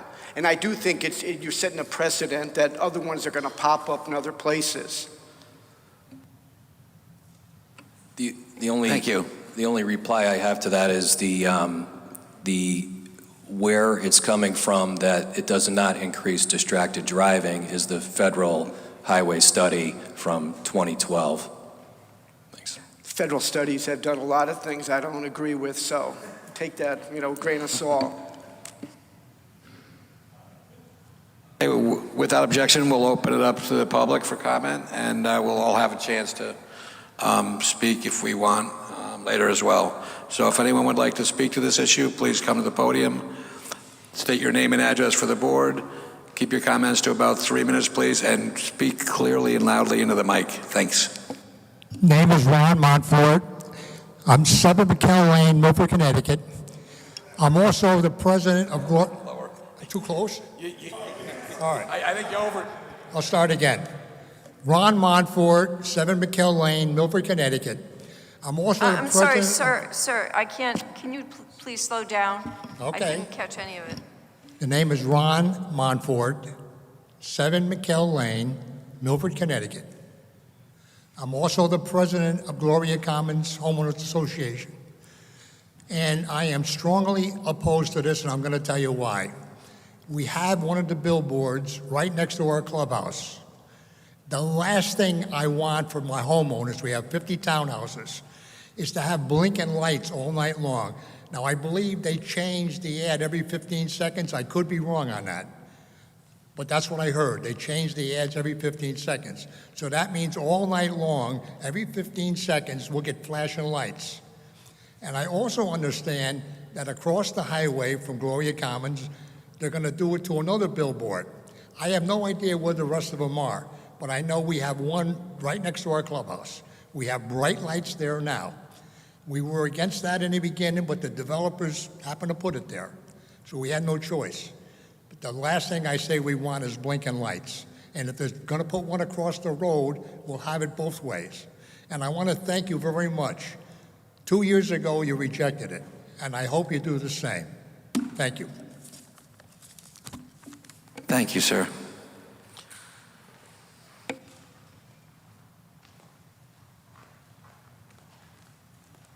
Good evening. Donna Dutko, 236 Buckingham Avenue. I've spoken in opposition to these text changes in the past regarding digital billboards, and I submitted an email to the board. I hope you read it, and if not, I'll read it now. Basically, the proposed new regulation for digital billboards is written to allow them as of right. They admitted there's not going to be a board review. It's going to be administrative review. No public hearing either. Uniform zoning laws require any use in a zone to be applied equally throughout the zone. In fact, I submitted case law, so I actually would like the applicant, if they could present case law that confirms that having that there's no uniform zoning applied to this application. I'm sorry, please try to face the mic while you speak. We have a hard time hearing. Thank you. Okay, so I submitted case law. It's Jean E. Soom versus Zoning Commission of the Town of Ridgefield, 1992, and I think this is a Supreme Court case. And this discusses uniform zoning and the need to have a special permit on any zoning regulation where you're putting conditions on an application. So what they're proposing is to not have any special permit, but they're putting conditions on their application. And that does not comport with uniform zoning regulations. The only way to apply conditions to an application is through a special permit. Regardless of what they say, this case law speaks otherwise to that. And let's see, yeah, I mentioned I'd like to have case law proving that there's text change will never have another application come along or applicant come along who can say, here's the regulation, you can't limit it to these 6, you have to give it to me too. It's like saying, okay, these 6 houses on this street can have a porch. I live on the next street over, I'm in the same zone. You can't have a porch because our regulation says it's just for these 6 houses. The only way you can do that is if you have special conditions, location, and it has to be as a special permit. And I'm sure you folks know this, and I read Connecticut Practice Series. This was written by attorney Robert Fuller. It's Connecticut Land Use Law and Practice, and I recommend that all your board members get copies of this series. I think the last print was 2015, but it speaks to all these little nuances in text changes that could impact broadly applications that come before you in the future. Okay? Thank you. Thank you.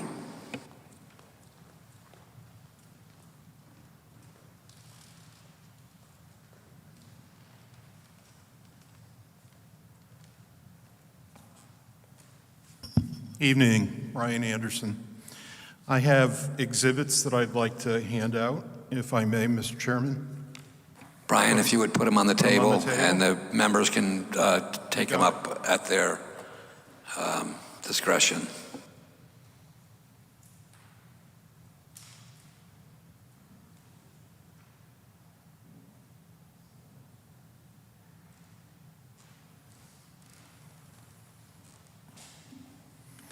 So to save paper, I've only given you 4 sets. I apologize for that. Good evening, Mr. Chair, Mr. Vice Chair, and members of the Planning and Zoning Board. My name is Brian Anderson. I reside at 49 Ingersoll Road in Settlers Woods. I've made Milford my home for nearly 24 years now. Thank you, first of all, for your service on this board. I know that sometimes it might feel thankless. You make some very tough decisions, but we, the residents of this community who are your neighbors, appreciate your dedication and your willingness to run for office and to serve in late hours. As I've testified in years past, I continue to strongly oppose what this applicant has proposed. There are many reasons why I believe this application is incompatible with our quality of life here. First and foremost, our regulations do not permit this activity. There is simply no compelling reason to alter Milford zoning regulations to allow this activity within our city limits. And let's face it, our cell phones and watches are mini digital billboards, aren't they? Where we're subjected to advertising all the time, whether these ads personally resonate with us or not. And then we're into streaming services now, whether it's on our laptops or iPads, tablets, what have you, we're subjected to advertising there as well. So it seems to me that digital billboards are superfluous. They really don't serve a useful purpose because the technology is not new.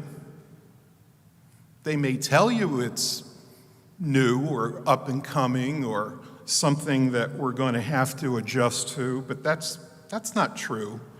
That technology has been around for decades, mostly in urban areas and in large, more densely populated metropolitan areas, including bus shelters in New York and out in LA and elsewhere.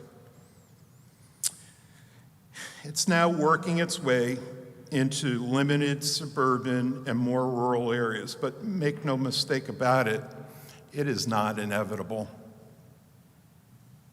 The application covers 6 billboards in 3 Milford zones, the ID, the LI, and significantly, the CDD1 zone.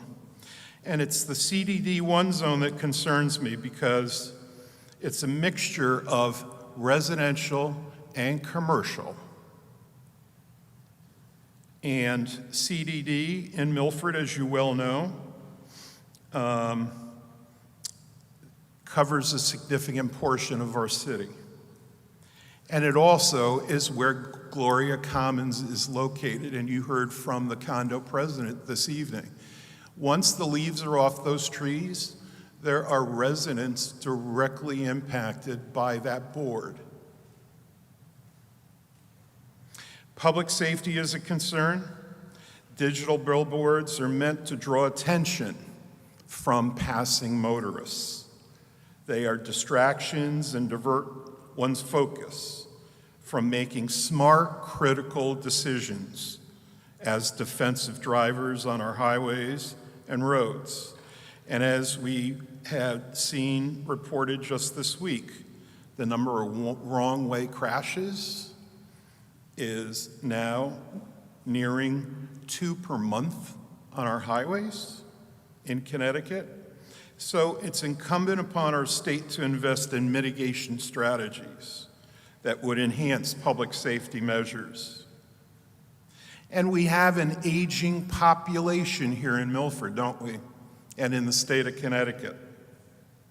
Many of us, myself included, have had eye surgery to overcome vision deficiencies from birth, or those that appear over a period of time. So this technology can be very challenging for low vision drivers and is most unwelcome. The applicant proposes to convert low carbon, more environmentally sound means of advertising and expand the carbon footprint to lighted boards that use motors that emit sound and heat. This is incompatible with being environmentally responsible.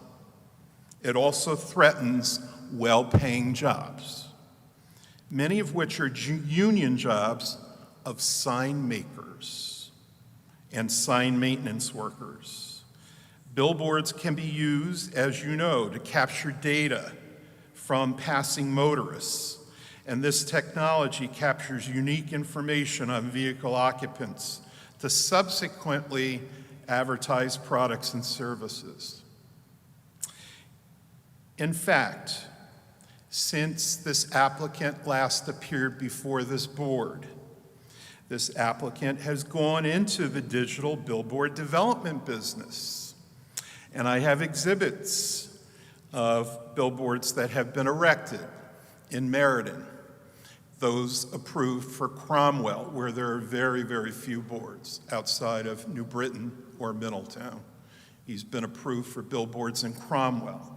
He's gone into the business of providing mobile digital billboards. So digital billboards on trucks, which are not going to be located on I-95, but beyond.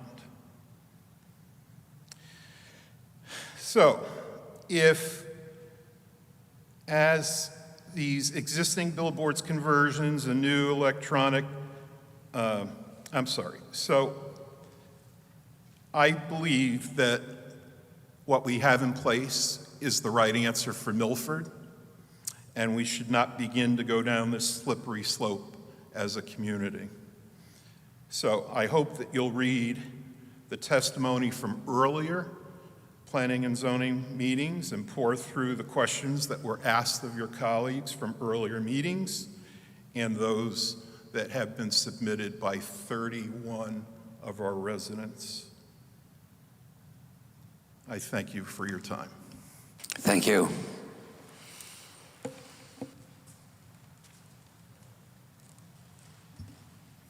Good evening. My name is Jane Platt. I live at 132 Platt Lane. I am strongly opposed to having electronic billboards in Milford. Last week, we drove up to southern Vermont to visit my brother and his family. We enjoyed the view because Vermont has no billboards and no litter. We enjoyed the view, there are miles and miles of uncluttered green scenery, which is very restful to your eyes. Billboards are visual clutter. Electronic billboards are garish to look at and distracting to drivers. Please keep them out of Milford. The small city with the big heart should not become the small city with the large billboards. Thank you.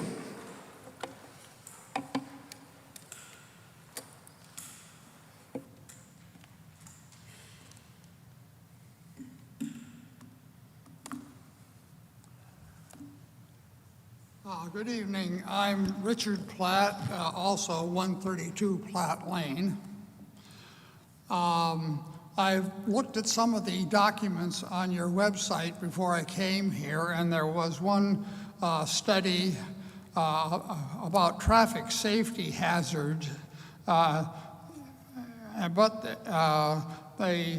this one study, which was quoted in your website, said that the results were inconclusive, that whether or not they are enough of a hazard to cause a real problem. But there are other studies that I noticed that other people that also submitted testimony referred to.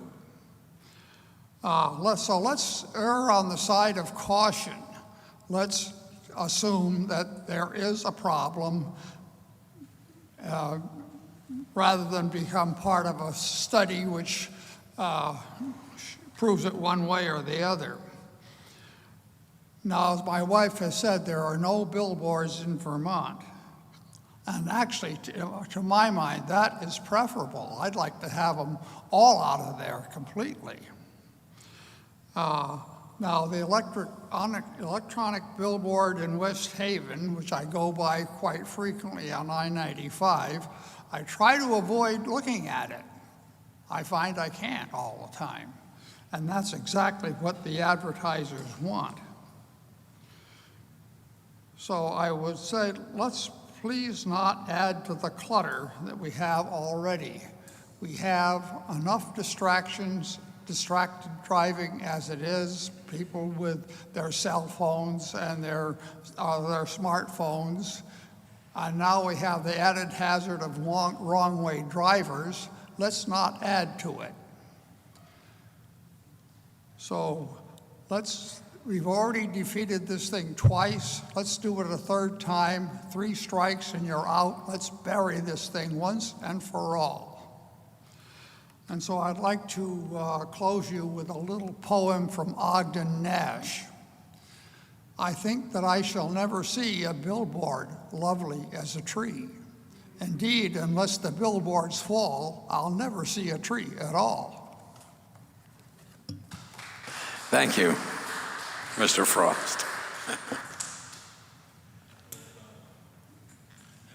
Geez, I gotta follow that. That's really tough there. Dominic Cotton, 60 Corona Drive, Milford, Connecticut.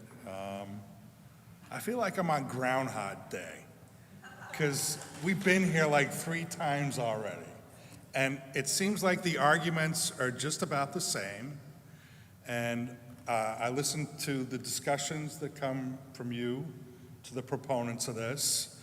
And we're still on the same discussions that we had the last 2 times around. And, you know, I guess it gets frustrating to keep having to keep watch on this to see when it comes up in front of planning and zoning and have the same set of circumstances come up over and over and over again. And, you know, I don't really know what to say to it. You know, I guess that's what we got to do when we're vigilant citizens, when there's enough of us that disagree with something, it's clearly there's nobody aside from the proponents of the zone change who are speaking out in favor of this. So I go up and down 95 every day, and there's a nice part about seeing static billboards is I know exactly what I'm looking at. So I can tell you that the renovations at McDonald's on exit 34 are there consistently. And you know what? My vision doesn't really have to take me too far away from a quick click of looking at that billboard and looking aside from it to know that that's what's going on in my community or at that specific spot. It's nice, it's static. But when you add in these things that refresh every 10 to 15 seconds, then there's more of a distractibility that goes on within that. So there's a better chance, because people lock up their brakes quite frequently when you're driving down through Milford, because we have traffic, for there to be an accident. Whether it's noted in a traffic study or not, I think we can all anecdotally understand how that works, because we all travel down those highways, and whether you have to have a national traffic study or not, you know what? If there's a basic understanding of the same premise, it's not hard to understand the anecdotal evidence that goes along with that. So I don't need a hard traffic study to be able to understand that. I travel it every single day. I don't need to know that the other billboards that are on 95 as I go through Bridgeport are distracting, because I see them when I go by. So you know, much like Groundhog Day, I'm hoping for the same result here, that we just say that we're kind of like done with this and pass it by again. But you know what? If we all got to gather again, you know, in another 2 years in order to do this, and somebody thinks that there's different members of this board that are going to change their minds somewhere along the lines, and I know because I see a lot of the same faces that are here, I don't think the argument's really changed that far. So I'm glad that most of you guys are still here year after year, and I appreciate the new members of the board that haven't been here for these previous arguments. But I'm hoping for the same result, because every time you do a zone change, it has unintended consequences. And I have watched that on multiple occasions. So that's my final words. Thank you. Thank you.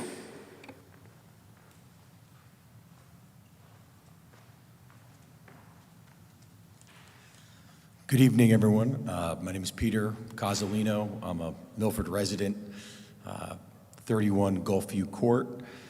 I guess I'm the only one that was brave enough at 40 years old to come up here and say, I respect everyone's opinion against digital billboards wholeheartedly, and I respect everybody's volunteer time to be here tonight. My hat's off to all of you. I look at this as pretty simple, different from any of the other times this has come across. I am against digital billboards all over the city. This is about 6 existing lighted locations. And I honestly, wholeheartedly see no difference between, as a young man at 40 years old, a well-lit digital billboard and a well-lit regular billboard. As a business owner, nobody's really talking about it. It's a big difference. I've looked into advertising on these billboards, and they're very expensive to try to get one ad. I recently opened up some new businesses, and it's not affordable to, it's not affordable.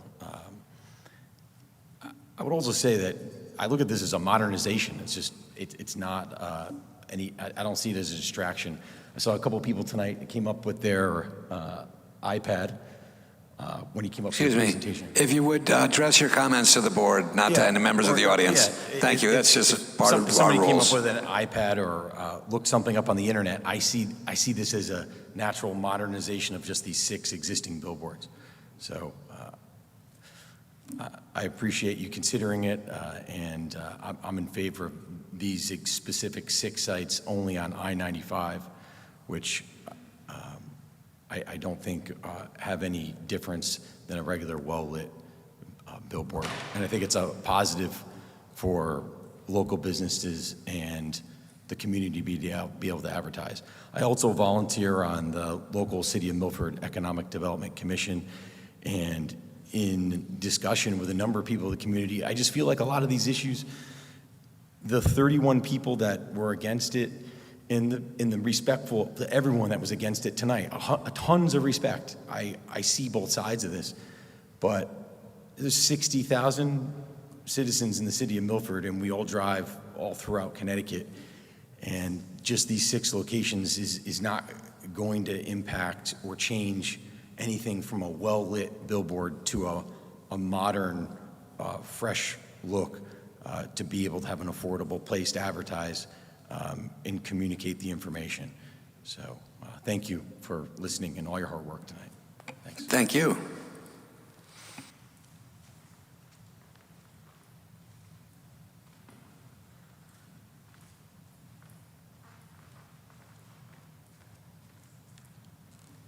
I'd like to thank you for your time this evening. I know it's getting late and everyone wants to get out of here. John Wojnarowski, 209 Centennial Drive. I'm a small business owner in town. We have a few businesses. I think we need to modernize things, lead in the forefront, and not watch what passes us by. It's an affordable way for small businesses to advertise that we can't afford in another way. It's 6 billboards. Thank you. Thank you.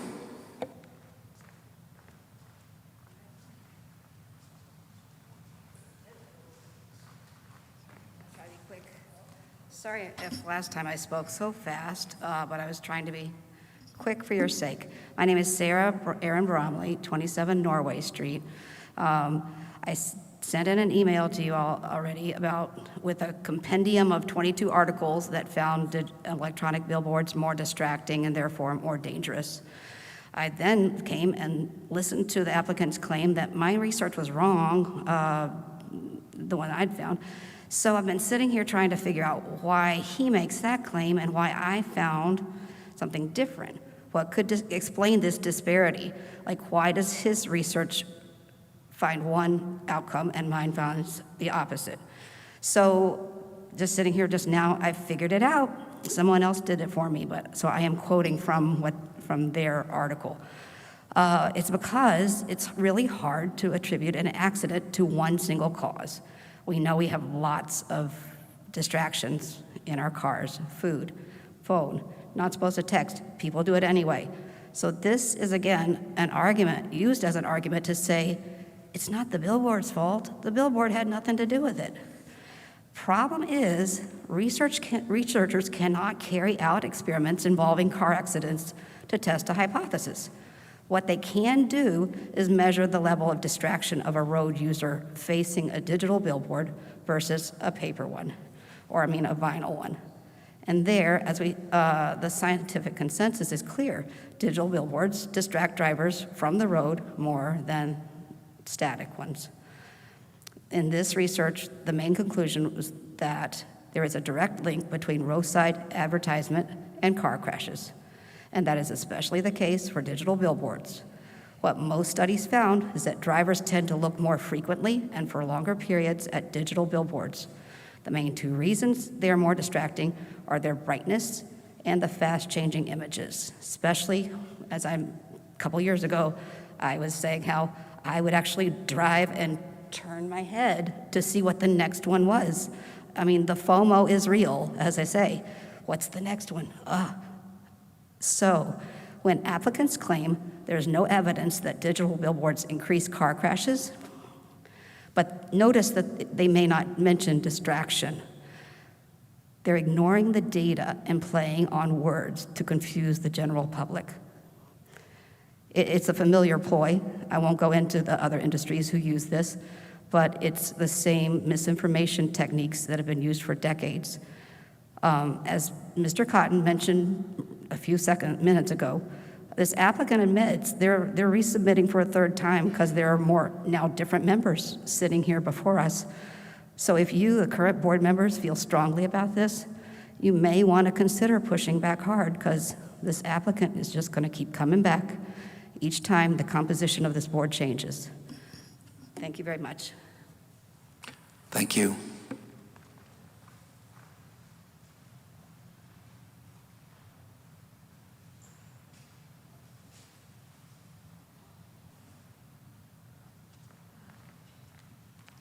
Good evening.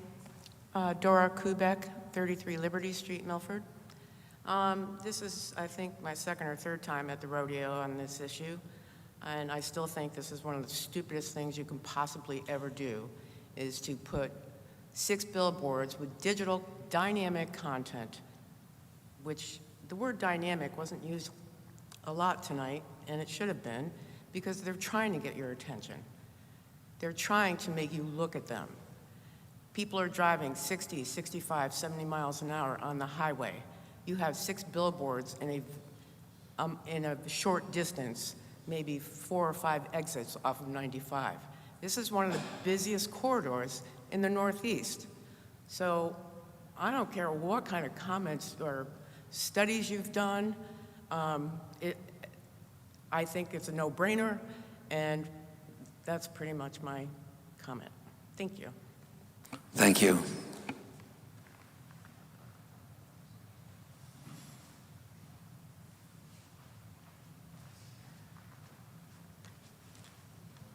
Hi, my name is Darcy Jeffrey. I live at 17 Grove Street. I'd like to agree with others who've spoken in opposition to the electronic billboards, and Also, just give a brief comment of my own. First, I think they're just unpleasant to look at, and we have screens around us all day long, as Brian was saying. We don't need any more. And the other thing I would say is that the difference between a billboard and your phone is, at least with a phone, you can put that away when you're done with it. You don't want to look at it. A billboard is really in your face, and whether you like it or not, it's there. So secondly, I do have a concern over those in residential areas in view of billboards. That is a possibility, and it's just unfair to them. And then thirdly, I would just say this could change the character of Milford in a way we can't get back. And as much as, I'd say before, my parents grew up in Milford, and I plan to be here as long as I'm able. And I really want to see that character preserved. And as much as the past is important to me, I also do want to see Milford grow and evolve to meet the future needs of Milford's residents, but this is not the way to do it. Thank you. Thank you.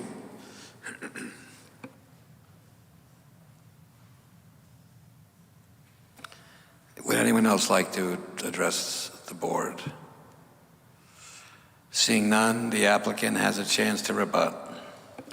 Thanks, Mr. Chairman. I think some of the comments, a lot of the comments are very similar, if not the same, from last time, and that's obviously driven because it's the same requested use.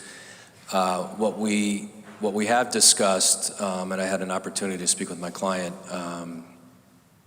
briefly, is the applicant would be willing to remove the one designation from the zone text amendment proposal, and also agree that, the board can, make this change on its own, but would also agree to make it a special permit application, which does not change the use, but it does give public comment opportunity for each application. The one thing I would hesitate to agree to is site plan, because that triggers a whole bunch of other site plan issues, and some of these lots are just not going to be able to be brought up to current site plan standards because they just don't have the capacity to do that. The thing that the board might want to consider, if it's interested in entertaining that, is whether the proposed conditions or the regulations themselves fit into a special permit approval process, whether they're good enough or whether the board would add something else. But I appreciate everyone's comments. I know a lot of these people that are speaking tonight, other citizens and residents in Milford, and they're very good people and very active in the community. And, sometimes you just have a difference of opinion about what's aesthetic or whether you agree with a certain traffic study or not. So we appreciate it, and it's made the application better in the long run, and that's all we have to say. Thank you. Thank you. The public has an opportunity to speak again, specifically to what the rebuttal was. If anyone wants to weigh in on what was just said, they're welcome to come back up.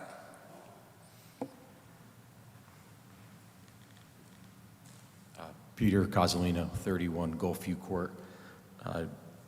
Just one thing I didn't say earlier, which I think is Attorney Crusade had mentioned, is in a lot of these other rounds, there were a lot of other citizens in the community that did speak up on some of the Zoom meetings and that did come out in support of these digital billboards in this modernization in this very specific corridor against I-95.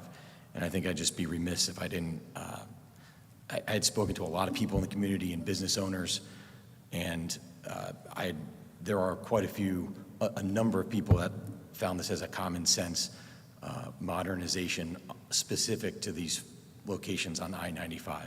So just wanted to mention that. Thank you. Thank you.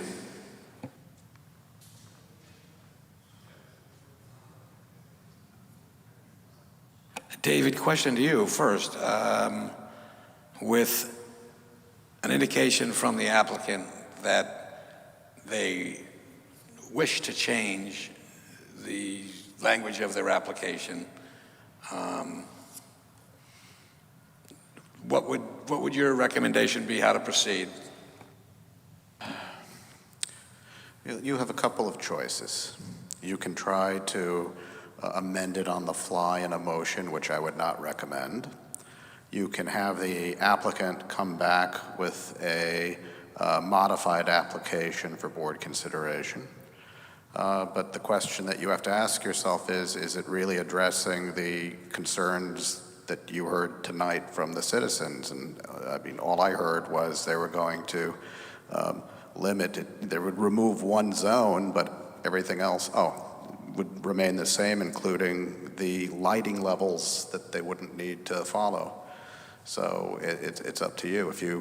If you were interested in approving this, then them making the change, is fine. If you were thinking about not approving this because of the concerns that you heard, then you don't. Again, you're acting in a legislative capacity. It's nice that they offered it. You don't have to take the offer. You can just vote on this if you wanted to this evening. So Great, thank you for that clarification. Is there any question or comments from the board? Mr. Chairman. Go ahead. A question to you, to Attorney Crusaden. I forgot to ask this. The billboards, would they be digital on both sides or just one side?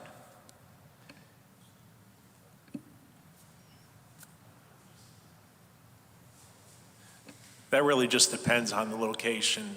Okay, I'm thinking about there's 3-4 billboards right up by Cracker Barrel, right up there in that area. Are both sides going to be changing every few seconds on those 4? No, so so those 6 billboards, Outfront Media controls, we would be looking to do 2 of those, one on one structure and one on another structure. Okay, but are you going to do both sides on one? No, one on one structure, so there's 6 total faces up there. We would be looking to do 2 out of the 6. That's it. Okay, but we're giving you permission to do the other 4 too. Right, but our preference is to do 2, that's it, because of supply and demand, and we like the having. But I we mean, would do 2 we're there. giving you the permission to do the other 4 That's too. correct. And the owner of those other 4 can go ahead whenever he wants and do the other 4. If he wants to. It's the same owner for all 6. Okay, I mean, but they can go ahead. And I want to know if you're going to do both sides or just one side can be done. Can you do both sides? We could do both sides, yes. Okay, well, that I don't like, because they're all clustered up there, and every few seconds you got 4 billboards blinking on both sides. It's going to look like Christmas tree lights. Mr. Chairman? Oh, sorry. Yes, go ahead, Ethan. Mr. Crusaden, you may know this, maybe you don't. Are there any electronic billboards in any other part of I-95 between New Haven and Greenwich? Yes, there's, I know in Bridgeport, they have them. West Haven. Does Stratford have them now as well? Yeah, Stratford, West Haven, Bridgeport.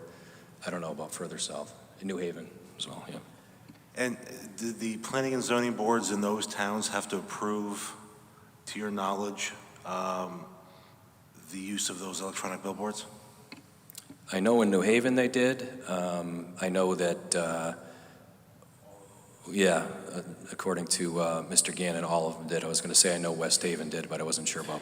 And I know Stratford did, but yeah, so yes. Mr. Chairman, may I just make a follow-up comment? Mr. Sulkus had mentioned that, that we're offering to remove the CDD1 and we weren't offering to do anything else. Once again, I've said it from the beginning, it's your discretion whether you want to approve it or not. It's a recommendation if you were considering approving it, that we are agreeable to that change. And I think the more significant change, I mean, CDD1, which is the only one that's really located close to any residentials, which is Gloria Commons, is the special permit aspect of it, which turns it into a public hearing, which allows people to come and comment on that particular site. For example, to your point, Mr. Castagnoli, if someone came for one of those double-faced or double-sided billboards for a special permit application, the board could condition approval of that special permit to only convert one sign face. So you can't do it as part of the zone text amendment, but you could do it as part of the special permit conditions. You could say, we agree with this here, but we don't want to see it, 2 to 4. We just want to see 1. So that would be an opportunity for you to resolve that concern. Thank you. Any other questions or comments? Mr. Sadi. Thank you very much, Mr. Chair. Attorney Crusaden, thank you very much for a very good presentation, but I'd just like to get the records straight. 235 pages is described as documents, and they appear to have come from material you provided to us that was prior to the last vote. Would you be in agreement with that? Yeah, I looked at those documents today, and I think 235 pages is correct, yes. And then I went to, in your most recent comments about the CDD1, I went to page 223, and you had shown something, but that would be involving only one item, what you described as the Gloria Complex at 590 West Avenue? That is the one in the CDD1 zone, correct? So would not impact the other 5. Thank you on that. The other thing that I heard you indicate, and thank you very much for a long night, but you said that there were some other studies, and I think Mr. Gannon talked about those too. My memory is that those studies that were referred to were all something we had seen in 2019 and 2020, such as the FHA study, the New Mexico study. We'd all heard those, the Sweden study. I think that's what we've already heard, correct? That's correct. Okay. My question is, do you have any legal authority to come back to the board after we denied you twice? You didn't take an appeal, and is there any legal authority to revisit the issue? Yes, you can. There's no limitation on how many times you come in for an application for a zone text amendment. Mr. Chair? Is there a case law that says that there's Mr. no... Chair? Everyone's almost correct. Once you can, for a regulation change, an applicant can come back to the board no more than once a year. That's by statute. So if this happens to be denied tonight, you could probably assume at some point in the future, after a year, the applicant will be back. I think the only caveat to that would be if it was a substantial change in the application. You can come back in before. And thank you very much for the help, Mr. Saugus, but Attorney Crusaden brought up the most important point. We don't have something right in front of us that gives us the differences between the two. I remember during the previous discussions, there was discussion about length of the signal, whether it was 8 to 10 seconds. I see that's now going to be a V. I don't remember seeing that.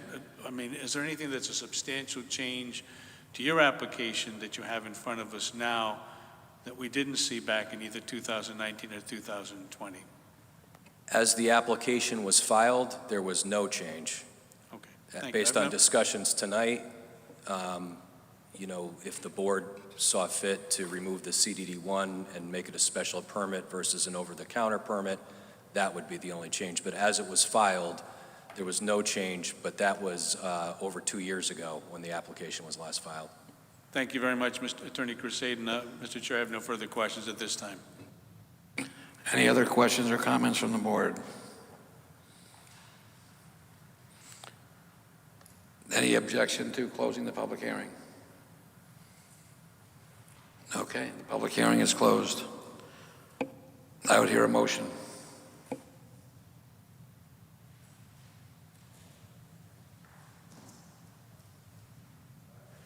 Let's see.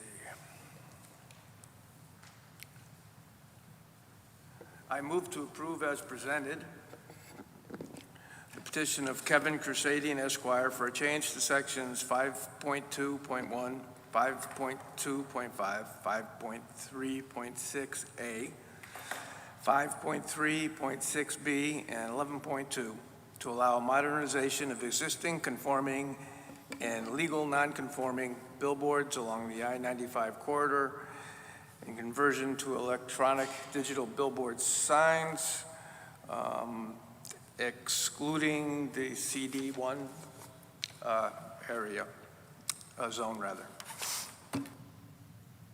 Did you want to add the special permit portion? Yeah, and modify to special permit instead of administrative approval. Okay, so we have a motion that changes the application to eliminate CDD1 and also to require a special permit for specific individual approvals. Mr. Chair,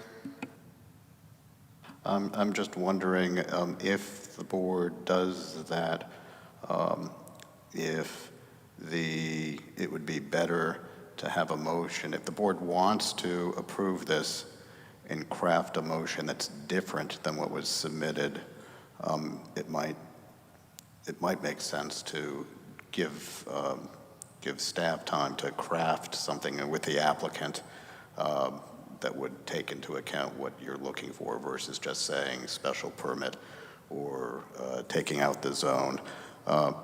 Because among other things, our regulations, you have never seen a special permit that also didn't include a site plan as part of it. It's a progressive thing in our regulations. So when do you want to recess and do it now, or do you want to? I would prefer not to do it now in being rushed. I mean, you can still make the motion. I don't know how. I mean, I don't know what the board is feeling in terms of wanting. Well, to yeah, I don't know approve this or the not. outcome. I can't. I have my crystal ball is somewhere else. But if the board agrees, then we ask staff to take the intent of John's motion and make sure the language is correct, and then take it up at the next meeting. Is that what you're recommending, David? Yes, or change the motion. So it's up to you. Make it a straight motion to either approve it or deny it. Again, if you're saying that you would like to weigh in on the specific language, then I think what I'm hearing is that you would recommend that the public hearing is closed, but we wait for the next meeting for you to present us with language that you recommend that meets the intent for the motion of John's motion. Yeah. Okay. Does anybody object to that path? Seeing none, then that's what we'll do. Okay, so you're going to table this until the next meeting. Yes. Yeah, okay.